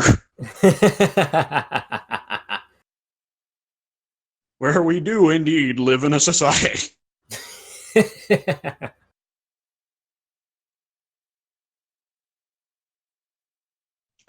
But the highlight of Fargo, well, the directing is generally pretty great. I will say that a flaw, well, on some level, it's kind of a nice thing as a person who loves the Coen Brothers films, but it's also kind of a flaw. Pretty much the entirety of the first season of Fargo is built out of referencing the other Coen Brothers films. Billy Bob Thornton is basically playing Anton Chigurh from No Country for Old Men. Martin Freeman's character is kind of a mix of most of the Coen Brothers milquetoast characters. There are several scenes that are just straight up ripped from other Coen Brothers films, more or less. Particularly one where Billy Bob Thornton has to go in to get his mail, and it's very similar to the gas station scene from No Country for Old Men, which I again assume you neither of you guys have watched. Right. Right. And there's an entire plot line of there's a rich guy, wife's gym trainer is blackmailing him. And that is pretty much the entire plot of Burn After Reading Ripped. Which you guys may know that movie as the movie where Brad Pitt gets shot in a closet. At first, it's nice seeing references to the other Coen Brother films because I'm, a big fan of theirs, and it's just nice little references. But it gets too heavy. At some point there is a time to stop. Yeah.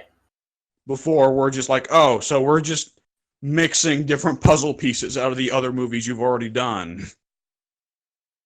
But the finale itself manages to stay somewhat its own thing. There's one scene that is distinctly a rip of one of the scenes from Fargo, the movie. But the acting performances, and particularly the transformations that we see Billy Bob Thornton and Martin Freeman's characters go through, are generally pretty great. And I've always quite liked Martin Freeman. And Pink, you probably agree with me on that front, right? Yeah. Like, Martin Freeman was really the only good thing out of the Hobbit films. And he does an exceptional job in Fargo. I would say he's the highlight of the entire season. Billy Bob Thornton plays a very good, very cool bad guy. Though the fact that he is so cool kind of goes against the series' point. Right. With that said, we do see he ruins a lot of people's lives, and at the end of the story, he very much gets his comeuppance. So it at least maintained the theme in that regard. We've just started season 2, which also features an entirely different all-star cast, but still an all-star cast, including Patrick Wilson as the main hero. And Patrick Wilson played Orm in Aquaman, right? I don't know. I'll have to Google that. It also includes Ted Danson, which, coming right off The Good Place, yeah, I'm pretty big on Ted Danson. Right. And yes, he was in Aquaman. Yes, he was Orm. Yep. Kieran McCulkin, which there are days where I forget Macaulay Culkin. Kieran Culkin, excuse me. There are days where I forget Macaulay Culkin's brother is an actor, but Fargo made me remember it. I honestly didn't know he had one. Yeah. Yeah, his brother, Kieran Culkin, has a very distinctive role in the first episode of season 2. Pretty much the entirety of the episode is defined on him. It features... Do you remember Burn Notice, how they used to always advertise that shit on Raw? The show with Bruce Campbell, and it's in Miami. And they were just constantly advertising it for USA. No? Okay. I didn't catch that last part. Oh, the entirety of that last stretch? I got cut off when you were mentioning Macaulay Culkin's brother. Okay. You remember that show Burn Notice that was always getting advertised on Raw? Yes. The main guy from that show, Kirsten Dunst, which I know doesn't really appeal to you. Todd from Breaking Bad, I forget that actor's names. There's a lot of actors here who I'm forgetting their names, which really makes it seem like an all-star cast. I know, but these are all recognizable faces who, except for Kirsten Dunst, are generally fairly talented actors. And even Kirsten Dunst is appropriately cast because she plays a sociopath. Nick Offerman, Bruce Campbell, speaking of, and guess who Bruce Campbell plays? I have no idea. Ronald fucking Reagan. If you ever wanted to see Ash Williams from Evil Dead play Ronald Reagan, here you go. Oh, and I'm forgetting his name, but Shocker from Homecoming. Not Country Shocker. The new Shocker. Not Montana. What's the name of the? Oh, what's Shocker's name? Fuck. He's got a weird one, I know. Oh, I can't remember Shocker's name. It's something starting with an H. All right, let's just keep going. Hannah. But yeah, it's what? Hannah. Hannah. Okay, sure. Don't mock the Shocker. It's also a very good cast, and to my understanding, season 2 is supposed to be much better than season 1, which is quite nice because season 1 was already pretty good. I feel like I'd have more to talk about if Mike were on here because he's also watched a shit ton of Coen Brothers movies. So you two could just be firmly excluded and just sit off on the sidelines while me and him go fucking rattling off Coen Brothers references like a bunch of assholes. Do we like the last 5 podcasts? Yeah, you're not wrong. Here for the last 5 podcasts. Come on now. No, that Addy just feels excluded with the Civ talk, I guess.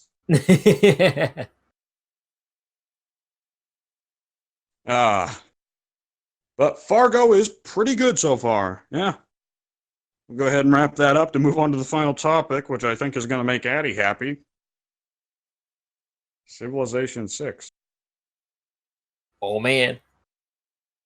I mean, hey, I can stretch So, and shit, so let me mute my recording. I finally finished the Civ 6 playthrough as a Manator.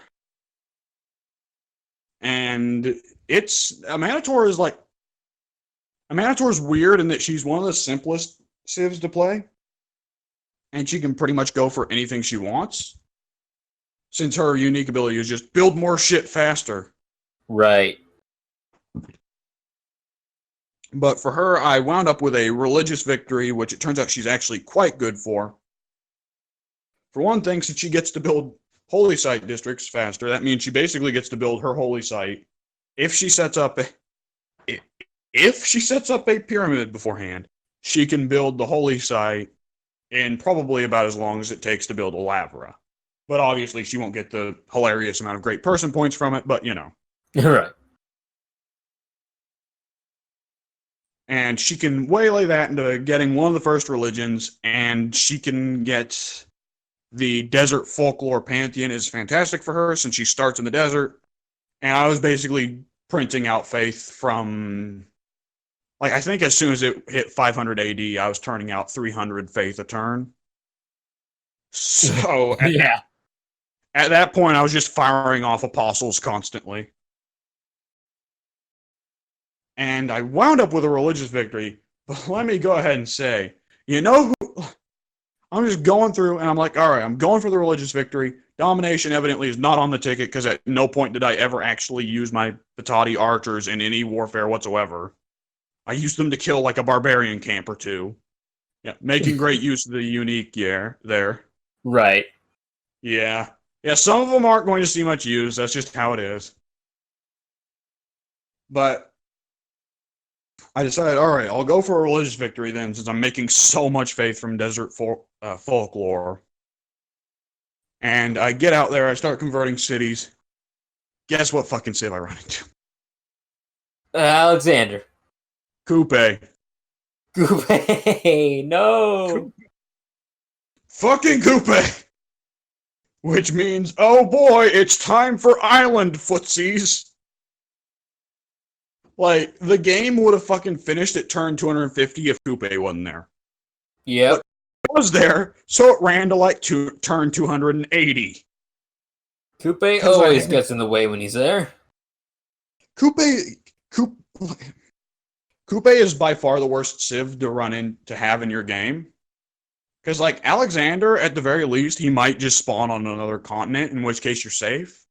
Because by the time you run into him, he's not the Hypaspis and Hetyroi are going to be out of date. Mm-hmm. But Coupe is a map-wide problem. Yeah. Firstly, because he can just go anywhere he wants. Him and Norway are the only ones that can do that. Secondly, because if he's in the game, then barbs get quadriremes immediately. Yep. Which means coastal cities get fucked.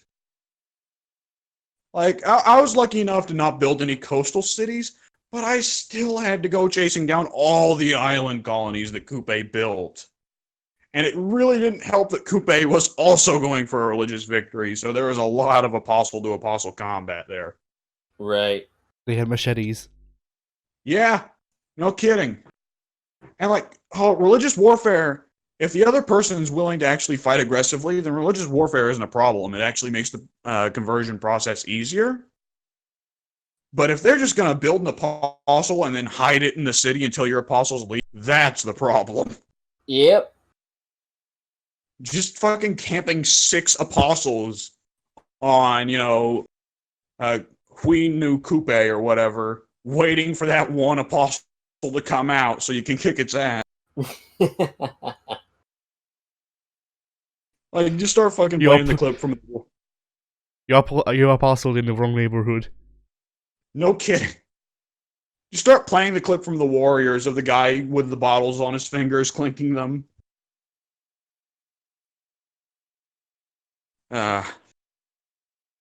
Religious victory is a weird one. It feels kind of cheesy in a way when you're playing against the AI. Because on one hand, the AI will get pissy at you if you spread it to cities where they're trying to spread their own religion. Yep. And those grievances build up fucking quick. Oh boy, do they. Yeah. That at first I didn't think it was going to be a problem, but then my alliance with Tamiris ran out, and my alliance with Genghis ran out. And, they don't want to be my friend anymore. Whoops.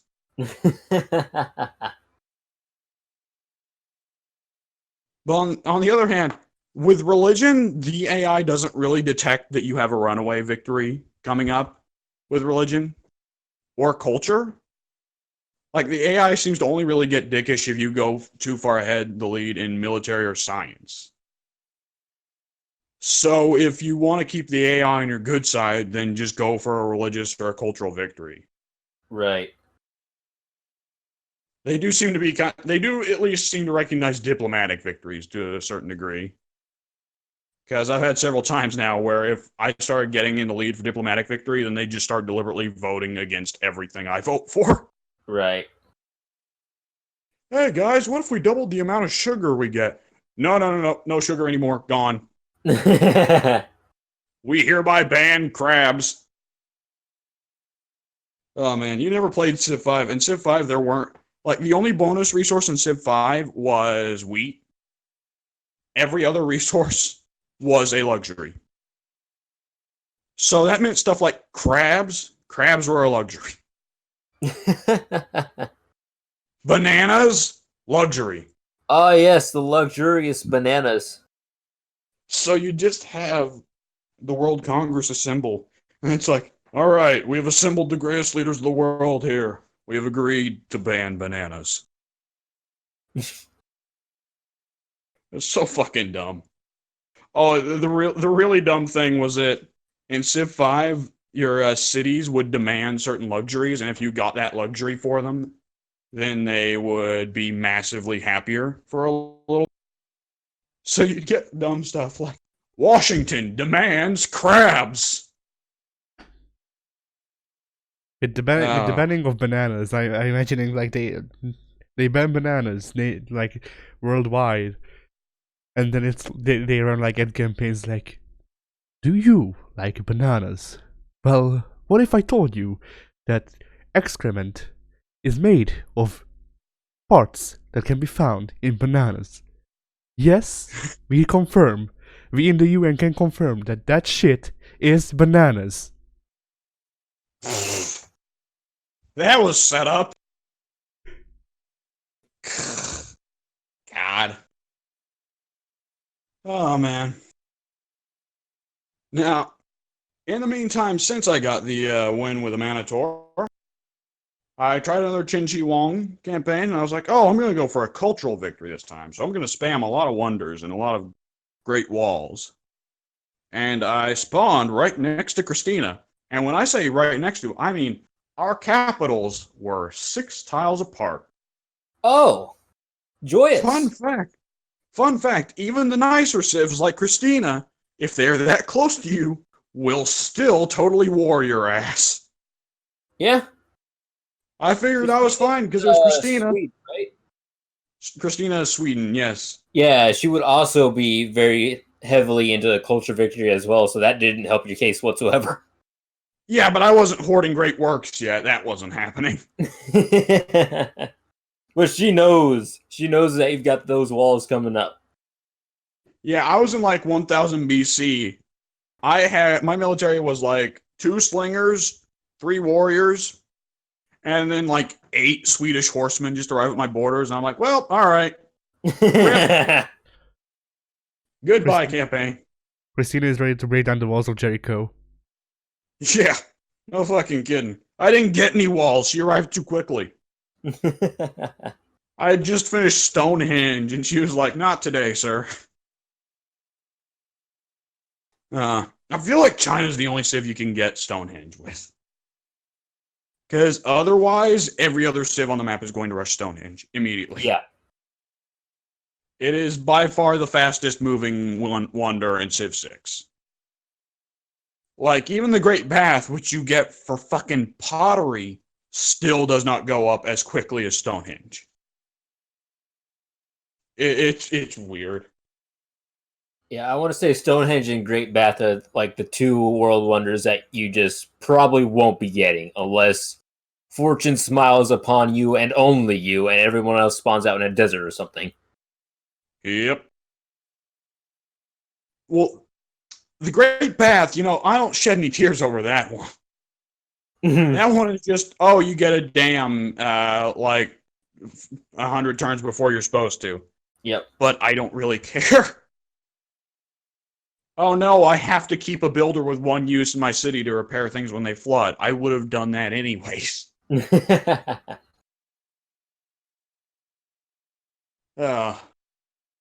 I also started up a Chandragupta campaign, which I am technically in the middle of now.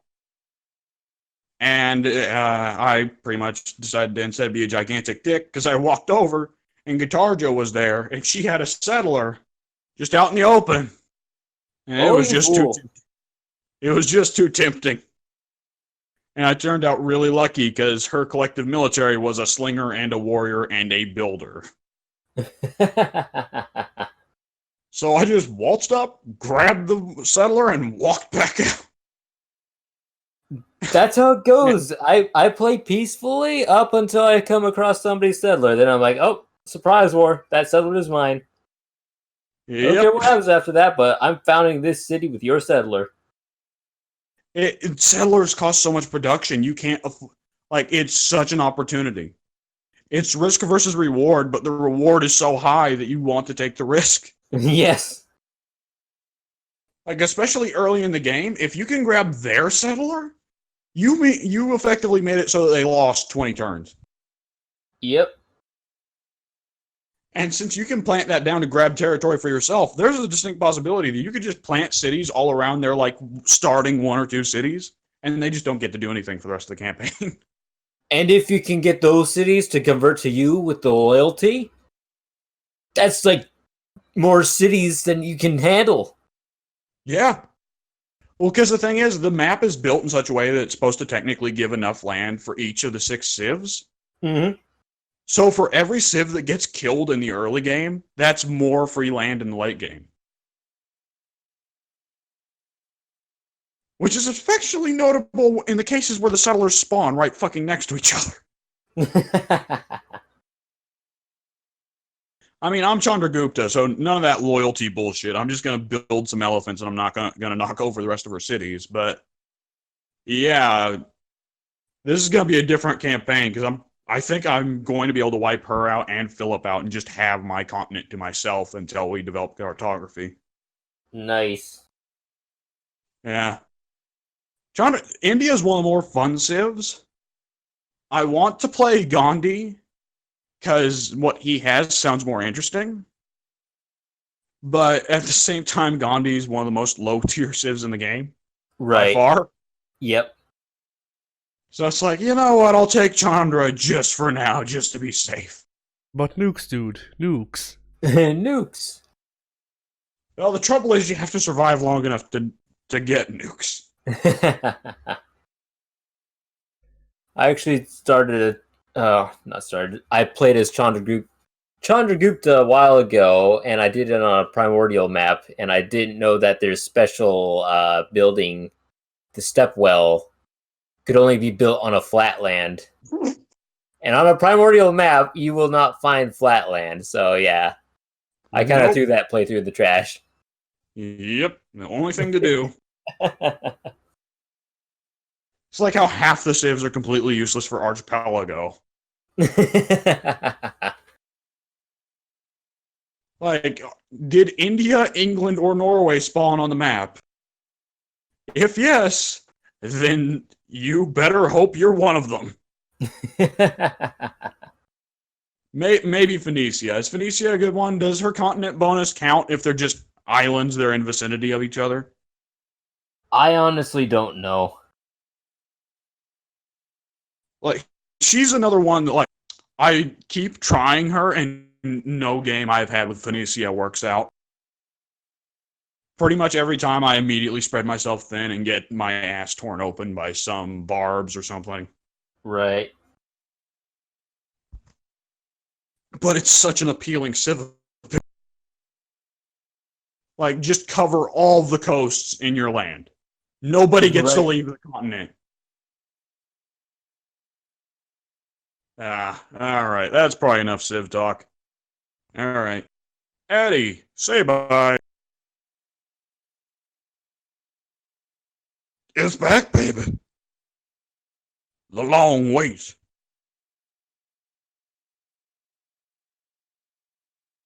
I believe this is what Tim Curry would call anticipation.